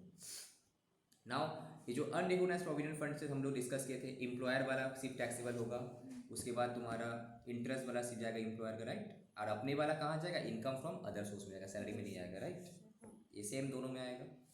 उसके बाद entertainment allowance fully taxable, right. Question करने से फ़ायदा क्या होता है, बार बार एक चीज़ को रिपीट करने से तुमको याद हो जाता है। प्रोविजंस खाली करेगा तो यू आर, अभी तक तेरा कंप्लीट नहीं हुआ। जब तक तुम क्वेश्चन आंसर, एक एग्जाम में क्वेश्चन आंसर आएगा, तुम्हारा माइंड को फ्रेम करना जरूरी है। एम्प्लॉयर का कंट्रीब्यूशन देखो कितना, 3% निकालना था हमको, तो मेरा बेसिक कितना था 6 लाख, डीए कितना था इसका, इसी का 3%। इस क्वेश्चन में कमीशन नहीं है, कमीशन रहता तो वो भी ऐड करते, basic plus DA plus commission का सैलरी का मीनिंग वहाँ पे दे दिया था for the purpose of provident fund कि basic plus DA plus commission. तो यहाँ पे बेसिक प्लस डीए है। यहाँ पे डीए जो लेंगे वो forming part of salary benefit रहेगा तभी लेंगे या फिर पूरा लेंगे? ना फॉर्मिंग पार्ट, इस केस में तुम्हारा जो है वहाँ पे अगर डेफिनेशन हम लोग चेक करेंगे, सैलरी का डेफिनेशन क्या दिया है चेक करो, हमको जितना यहाँ पे फॉर्मिंग पार्ट ऑफ सैलरी होना चाहिए, चेक करो सैलरी का मीनिंग, सैलरी का मीनिंग बेसिक प्लस डीए लिख दिया ना, if forming part of, if the term of employment so provide, ठीक है ओके। तो ये वाला दोनों में सेम रहेगा। अब जो इंटरेस्ट जो मिल रहा था जो हम किए, ये 10.5% मिला था, बट हमको एग्जेम्पशन 9.5 था, तो 1% का टैक्स लगेगा ना, हाँ कि नहीं, 10.5 दिया था पर 9.5 तक एग्जेम्प्ट है, तो ये जो 10,500 है, 10.5 का वैल्यू तो 1 का वैल्यू कितना, दोनों में मेरा टैक्स लगेगा। माइनस करके भी कर सकते हैं। हाँ अगर बस उतना शॉर्टकट निकाल लो तो माइनस करेगा, तुम क्या अगर 10.5 का निकाल, 10,500 माइनस, तुम 10,500 बाई 10 इंटू 9.5 करेगा, इतना झमेला, डायरेक्ट एक का वैल्यू निकाल लें, ठीक है। ये जो पेनाल्टी पेमेंट किया था ये भी बेनिफिट था मेरा, परक्यूजिट्स रिम्बर्समेंट फुल्ली टैक्सेबल हुआ मेरा, तो मैक्सिमम देखो जो आया दोनों में आया, अभी तक जो भी हम लोग किए हैं दोनों में सेम है ना,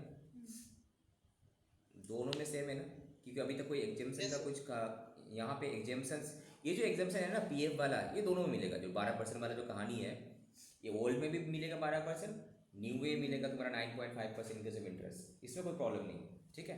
बट जब सेक्शन 10 का जो एग्जेम्पशन होता है वहाँ पे दिक्कत एक क्या है, ठीक है। मोटर कार एक्सपेंसेस वाला, जैसा कि ये वाला केस में देखो, motor car expenses paid by the employer कितना दिया तुमको, 21,000, क्वेश्चन में कितना था, क्वेश्चन में कुछ कितना था, क्वेश्चन में 10,000 अमाउंट था, check it, page number, question का पेज नंबर कितना था,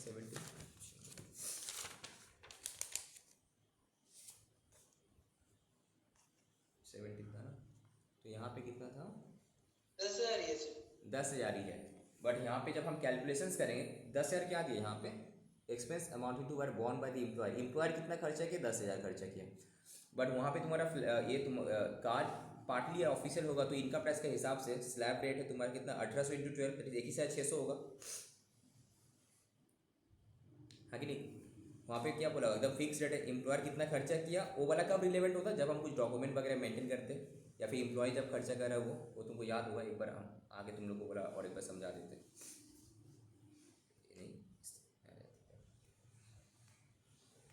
पहले प्रोविजंस में आ जाता है, जब भी डाउट होगा संग प्रोविजंस में आके देखना, तभी जाके तुम्हारा डाउट, बार बार करते करते डाउट क्लियर होगा, एक बार में किसी का याद नहीं होता, इवन हमको भी याद नहीं है, स्पेशली सैलरी चैप्टर्स, ठीक है, तो बार बार पढ़ते पढ़ते तुमको याद हो जाएगा। इसका क्या था, इससे पहले था ये कहानी, यहाँ पे क्या था कि where the motor car is used partly for official purpose partly for personal purpose, तो तुम्हारा परक्यूजिट का वैल्यूएशन क्या होगा, इनकम टैक्स पर्पस से। तो बोला कि 3 सिनेरियो थे यहाँ पे, कार किसका, एम्प्लॉयर का है, खर्चा कौन बेयर करता है, एम्प्लॉयर करता है, तो परक्यूजिट का वैल्यू कितना का, तुम्हारा कार का जो सीसी होता है, क्यूबिक कैपेसिटी, जब बाइक का सीसी होता है तो 1.6 होगा तो 1800 रुपये पर मंथ, उससे ज़्यादा होगा तो 24 रुपये पर मंथ, ओके। दूसरा सिनेरियो क्या था, कार एम्प्लॉयर का है, खर्चा कौन कर रहा है, एम्प्लॉय कर रहा है, तो उसके से बोला 600-900 600-900 600-900, ठीक है, जो भी खर्चा कर रहा तुम, actual amount is not relevant, यहाँ पे लिख लो कि एक्चुअल अमाउंट इरिलेवेंट होगी, ओके, तुम्हारा बस 600-900 का कहानी आएगा। अब तीसरा सिनेरियो था, कार किसका है, एम्प्लॉय का है, खर्चा कौन कर रहा है, एम्प्लॉयर कर रहा है, अगर तुम डॉक्यूमेंट मेंटेन करते हो तो टोटल खर्चा तुम्हारे एम्प्लॉयर कितना किया, सपोज 5,000 किया, उसमें से ऑफिशियल पर्पस खर्चा कितना हुआ, माइनस करो, तो डिफरेंस क्या, पर्सनल पर्पस को टैक्सेबल होना चाहिए, बट अगर तुम डॉक्यूमेंट मेंटेन नहीं कर पा रहे हो तो ऊपर का करो 1824, ऊपर का जो सेम रूल से सेम 1824। 3 सिनेरियो है, एक में क्या है, दोनों एम्प्लॉयर खर्चा कौन करे, एम्प्लॉय, तीसरा में एम्प्लॉय का कार्य, खर्चा कौन कर रहा है, एम्प्लॉयर कर रहा है, यहाँ डॉक्यूमेंट मेंटेन करे तो जितना ऑफिशियल पर्पस के लिए किए होंगे उतना का हमको बेनिफिट मिल जाएगा, एग्जेम्पशन मिल जाएगा, बट अगर नहीं कर पाए तो 1824 वाले वैल्यूएशंस में आएगा तुम्हारा। दूसरा चीज़, अगर तुमको ड्राइवर फैसिलिटी भी दिया है तो ड्राइवर का सैलरी अगर एम्प्लॉयर पेमेंट कर रहा है या तुम खुद कर रहे हो तो ये तुम्हारा 900 रुपीज़ के सब में ऐड हो जाएगा, और 1800 प्लस 900, 2400 प्लस 900, 600 प्लस 900 ऐड हो जाएगा, ठीक है। तो इस केस में हमको दिया था 10,000, बट मेरा कैलकुलेशन में कितना आएगा, 1800 इंटू 12 करके जो अमाउंट आएगा वो आएगा।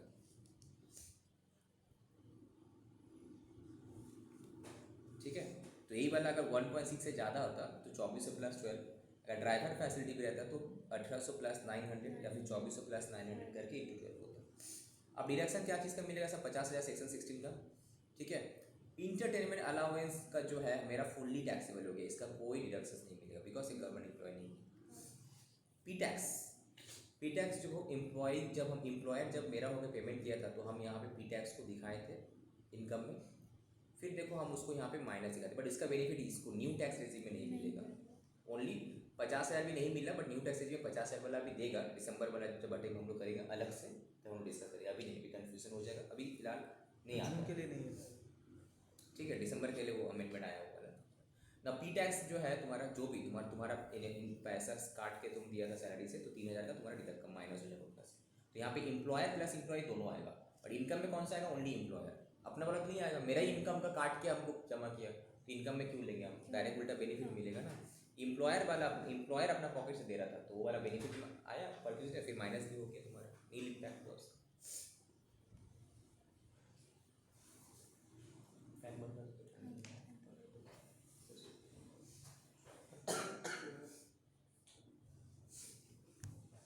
बीच में बारिश हुआ था, हम भीग गए थे इसलिए ठंड लग गया कुछ।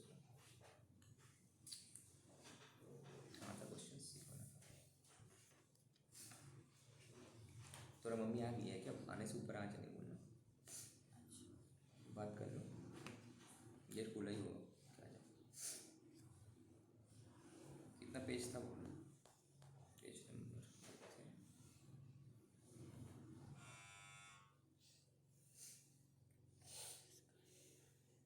ये रहा क्वेश्चन नंबर 18। ये सब तो सिंपल क्वेश्चन है, देख लेना, ये सब हम नहीं करा रहे, हम जो चले जाए तुम्हारा मेन क्वेश्चन जो लेंदी क्वेश्चन है। 15 मार्क्स का ये कहाँ क्वेश्चंस, कहाँ मार्क्स कहाँ क्वेश्चन वो आता है एग्जाम में, तुम बोल रहे हो क्वेश्चन नंबर 19 में आ जाते हैं, ठीक है। New tax regime old tax regime करके करने बोला, अच्छा क्वेश्चन है, क्वेश्चन नंबर 19 का सोल्यूशन भी नीचे में दे दिया है, इसको कराते हैं। तो Mister X is working in a limited at is basic salary, वो दिखना है क्वेश्चन यहाँ से देख लो, at is basic salary rupees 10 lakh per annum है। He owns a house which has been let out by him to his employer at a rent of rupees 20,000 per month. उसके पास एक घर था, वो क्या किया, अपने एम्प्लॉयर को भाड़ा पे दे दिया, कितना 20,000 रुपये करके दे दिया, okay. The same house is again given by the employer back to the him as a rent free accommodation, ठीक है। सेम हाउस एम्प्लॉयर उसको दे दिया as a rent free accommodation, okay. तो मतलब एक इनकम तो उसका हाउस प्रॉपर्टी में जाएगा, एक इनकम उसका सैलरी में आएगा फिर, ठीक है।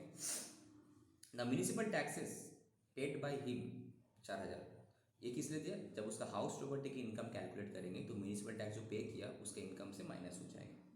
अभी नहीं, सैलरी में नहीं आएगा, हाउस प्रॉपर्टी में आएगा। पेड बाय हिम मतलब वो खुद पे किया। इंटरेस्ट ऑन लोन 50,000 उसकी, तो ये लोन का भी बेनिफिट कहाँ मिलता है, सेक्शन 24B में हाउस प्रॉपर्टी में मिलेगा, ठीक है। Employer also incurred ₹10,000 towards cost of seminar expenses of mister x.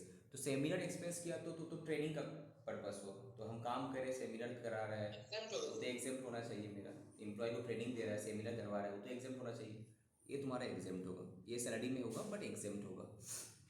₹10,000 towards education facility provided to उसका ब्रदर को दिया। तो एजुकेशन फैसिलिटी जो दिया है, ऑब्वियसली बात है, पर मंथ का 1,000 रुपये तक अगर होता तो छोड़ता, 1,000 इंटू 12 कितना हुआ, 12,000, उससे कम ही है। बट एक चीज़ है, वहाँ पे चिल्ड्रन के लिए बोला था, यहाँ पे किसको दे रहा, डिपेंडेंट ब्रदर को दिया, फुल्ली टैक्सेबल होना चाहिए ना। याद है तुम लोग को एजुकेशन फैसिलिटी वाला, देखो पेज नंबर, एजुकेशन फैसिलिटी जो था पेज नंबर कितना में था,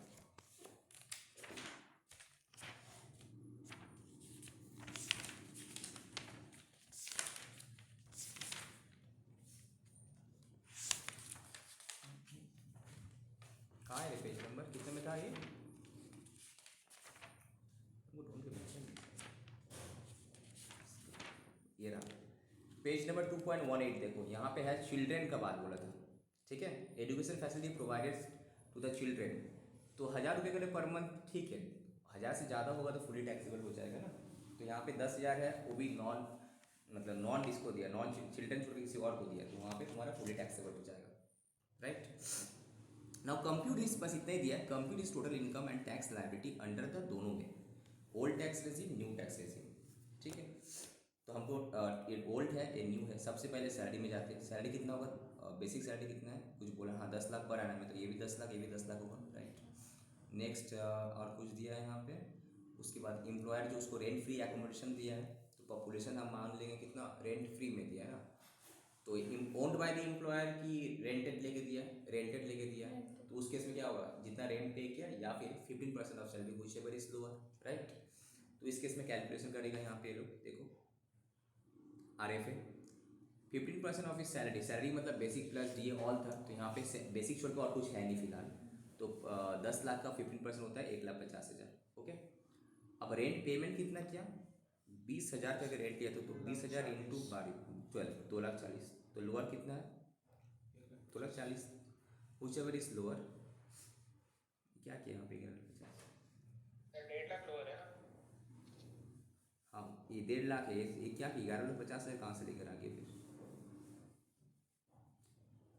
फिर वो ऐड कर दिया उसमें वो 10 लाख। अच्छा डायरेक्ट सम्स में सॉल्व किया, वही हम सोच रहे क्या हाँ, किया, डायरेक्ट सॉल्व किया, ओके।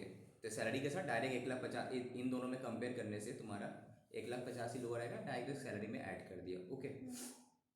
फिर ऐड करने से मेरा कितना आता है 11,50,000 ही आएगा तुम्हारा इसके साथ, तो सेम चीज़ इसका यहाँ पे भी आएगा, ऐड करके इतना आएगा। और कुछ है जो सेमिनार एक्सपेंस तो एग्जाम्प्ट है भाई, ये तो दोनों में एग्जाम्प्ट होगा, यहाँ भी ट्रेडिशनल हो। अब इसका मतलब ये नहीं कि हम न्यू टैक्स रेजिम में किए तो अब ये सब खर्चा टैक्सेबल हो जाएगा, नो। जो सेक्शन 10 का अलग से स्पेसिफिक एग्जामेशन मिलता था कुछ कुछ केसेस में, उसको नहीं दे रहा है। जैसे कि एजुकेशन फैसिलिटी किसको दे रहा है, एम्प्लॉय का, नॉट प्रोवाइडेड टू एम्प्लॉय का चिल्ड्रेन, अगर चिल्ड्रेन को देता वो भी हम चेक करते 1000 इंटू 12 12,000 तक ठीक था, तो यहाँ पे चिल्ड्रन नहीं किसी भाई को दिया है, इस केस में तो फुली टैक्सेबल हो जाएगा, किसको दिया है? भाई को दिया, डिपेंडेंट ब्रदर। चिल्ड्रन के केस में तुम्हारा 1,000 रुपये करके, ये एजुकेशन फैसिलिटी मतलब कंपनी तुमको फैसिलिटी दिया कि हम तुम्हारा भाई को पढ़ाएंगे, अब वहाँ पे खर्चा कितना किया 10,000 किया, तो ये फैसिलिटी इनकम टैक्स के हिसाब से फुली टैक्सेबल है, बिकॉज ये फैसिलिटी अगर चिल्ड्रन को देता तब तुम्हारा एग्जाम था, बट 1,000 रुपये का तक पर मंथ, तो उससे ज़्यादा होता फुली टैक्सेबल होगा, वो कंपेयर करने पड़ता दूसरा स्कूल के साथ।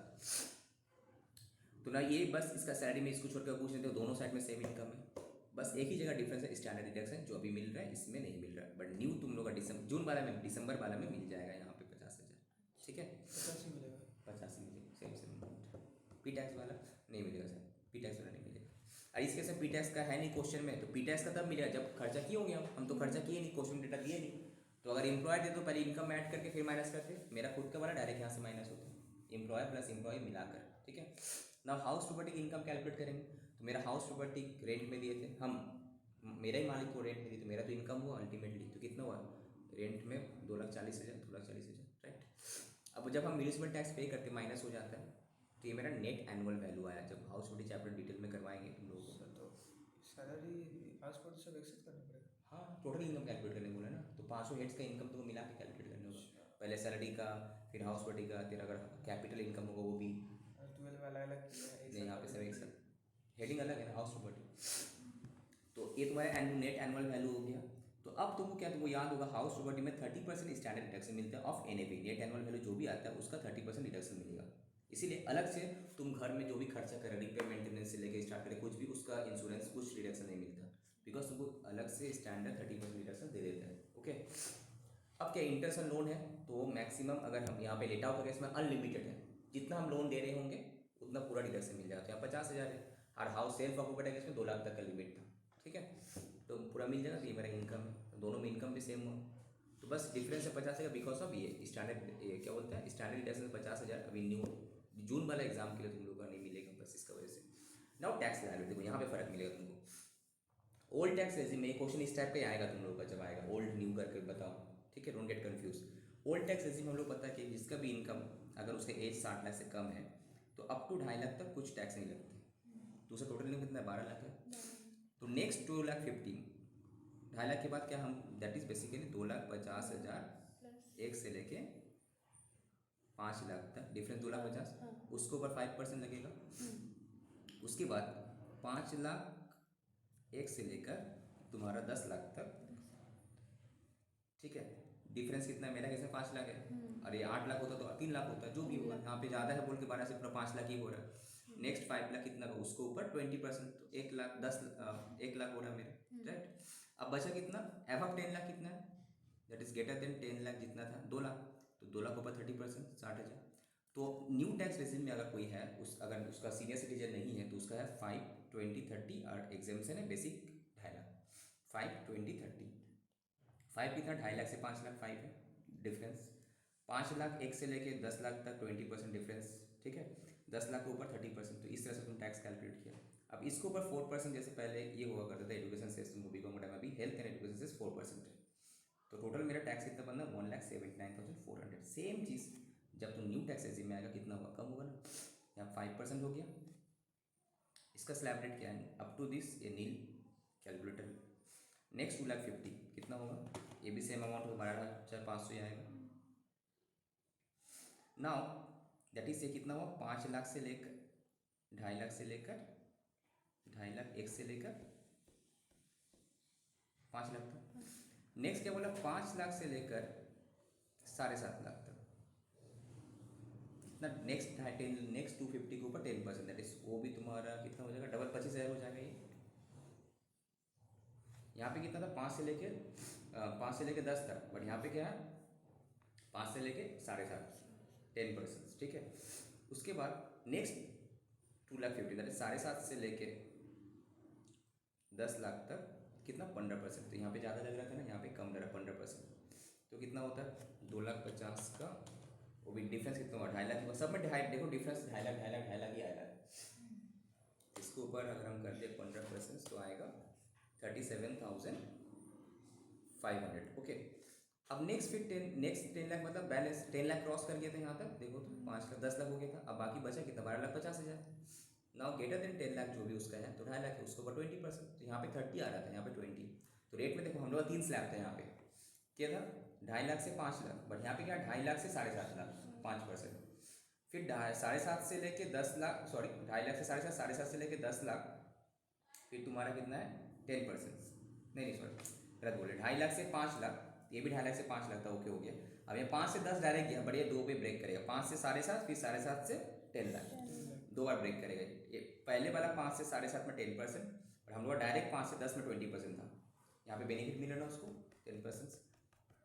उसके बाद फिर 7.5 से लेके 10 लाख तक 50%, पर हम लोग का सब 20% में लगा दिया था यहाँ पे, ठीक है। यहाँ पे बेनिफिट मिल रहा है। नेक्स्ट बोला कि 10 लाख से ऊपर तुम्हारा 30%, बट यहाँ पे 20%, तो तुमको इतना बेनिफिट दे रहा है, इसीलिए वहाँ पे एग्जेंशन भी कम कर दे, ठीक है। तो new tax regime versus old tax regime में जाना है नहीं जाना है, डिपेंड करता है कि तुम्हारा इन्वेस्टमेंट कितना है। अगर सिर्फ तुम्हारा सैलरी इनकम है, कोई हाउसिंग लोन नहीं है, कोई तुम्हारा इन्वेस्टमेंट वगैरह नहीं है चैप्टर 6 का, तो तुम्हारे लिए तुम्हारा इनकम 15 लाख से कम है, तो तुम्हारे लिए न्यू टैक्स रेजिम बेनिफिट है। अगर सपोज तुम हायर इनकम कैटेगरी में गिरता है, तुम्हारा इन्वेस्टमेंट है, हाउसिंग लोन है, तो न्यू में जाएगा तो बेनिफिट तुमको नहीं मिला डिडक्शंस का, समझा। जैसे कि ATC वगैरह का तुमको कुछ बेनिफिट्स नहीं मिलेगा, वो सब है। तो हम कराएंगे जब पूरा सिलेबस कंप्लीट हो जाएगा, तो new tax versus old tax में क्या होना चाहिए पूरा अच्छे से कराएंगे, तो इस तरह से कैलकुलेशन, ठीक है। नेक्स्ट, ये तो बात ही थे, तो कुछ है नहीं इसमें। Question for your self practice, तो माँ चले सीखी কল তো করেনি, নিচে দাঁড়িয়ে আছে। সবাই জিজ্ঞেস করে না, দাঁড়িয়ে থাকবে ব্রেনটা, উপরে চলে আসতে বলবে না, বসে বসে থাকবে। बाकी तुम लोग ये सब देख लेना, आई होप कि तुम लोग को समझ में आया करना क्या है। ये 25, 22, 23 जो है, ये सब का आंसर दिया हुआ है, ठीक है। अटकने कहीं पे नहीं चाहिए, सबका आंसर्स है। तो नेक्स्ट क्लास में हम लोग चैप्टर 6 स्टार्ट करेंगे। আচ্ছা আচ্ছা, উপরে চলে আসবো, কথা বলো। सर डिडक्शन हाँ, deductions under chapter 6 next class में स्टार्ट करेंगे, ठीक है। গেটে তালা মারা, না লক করা তালা ঝোলানো আছে। ঝোলানো আছে। তালা ঝোলানো আছে পাশে। যদি মারা থাকে তাহলে চাবি দিয়ে দিচ্ছি, হয়ে গেছে, ও মারা আছে বলছে। ঠিক আছে আমি খুলে দিচ্ছি। ঠিক আছে। ओके चलो, आज का क्लास यहीं पे एंड करते हैं। कल तुम लोग का क्या क्लास है, GST है ना, यस ठीक है, कल GST क्लास है। कल 7 बजे से करना, ठीक है।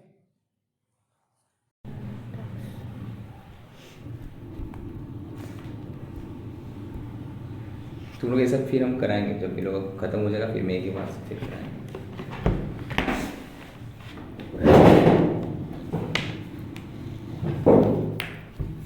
তোমার যদি ইন্টারনেট প্রবলেম না হতো তাহলে এতদূর তোমাকে আসতে হতো।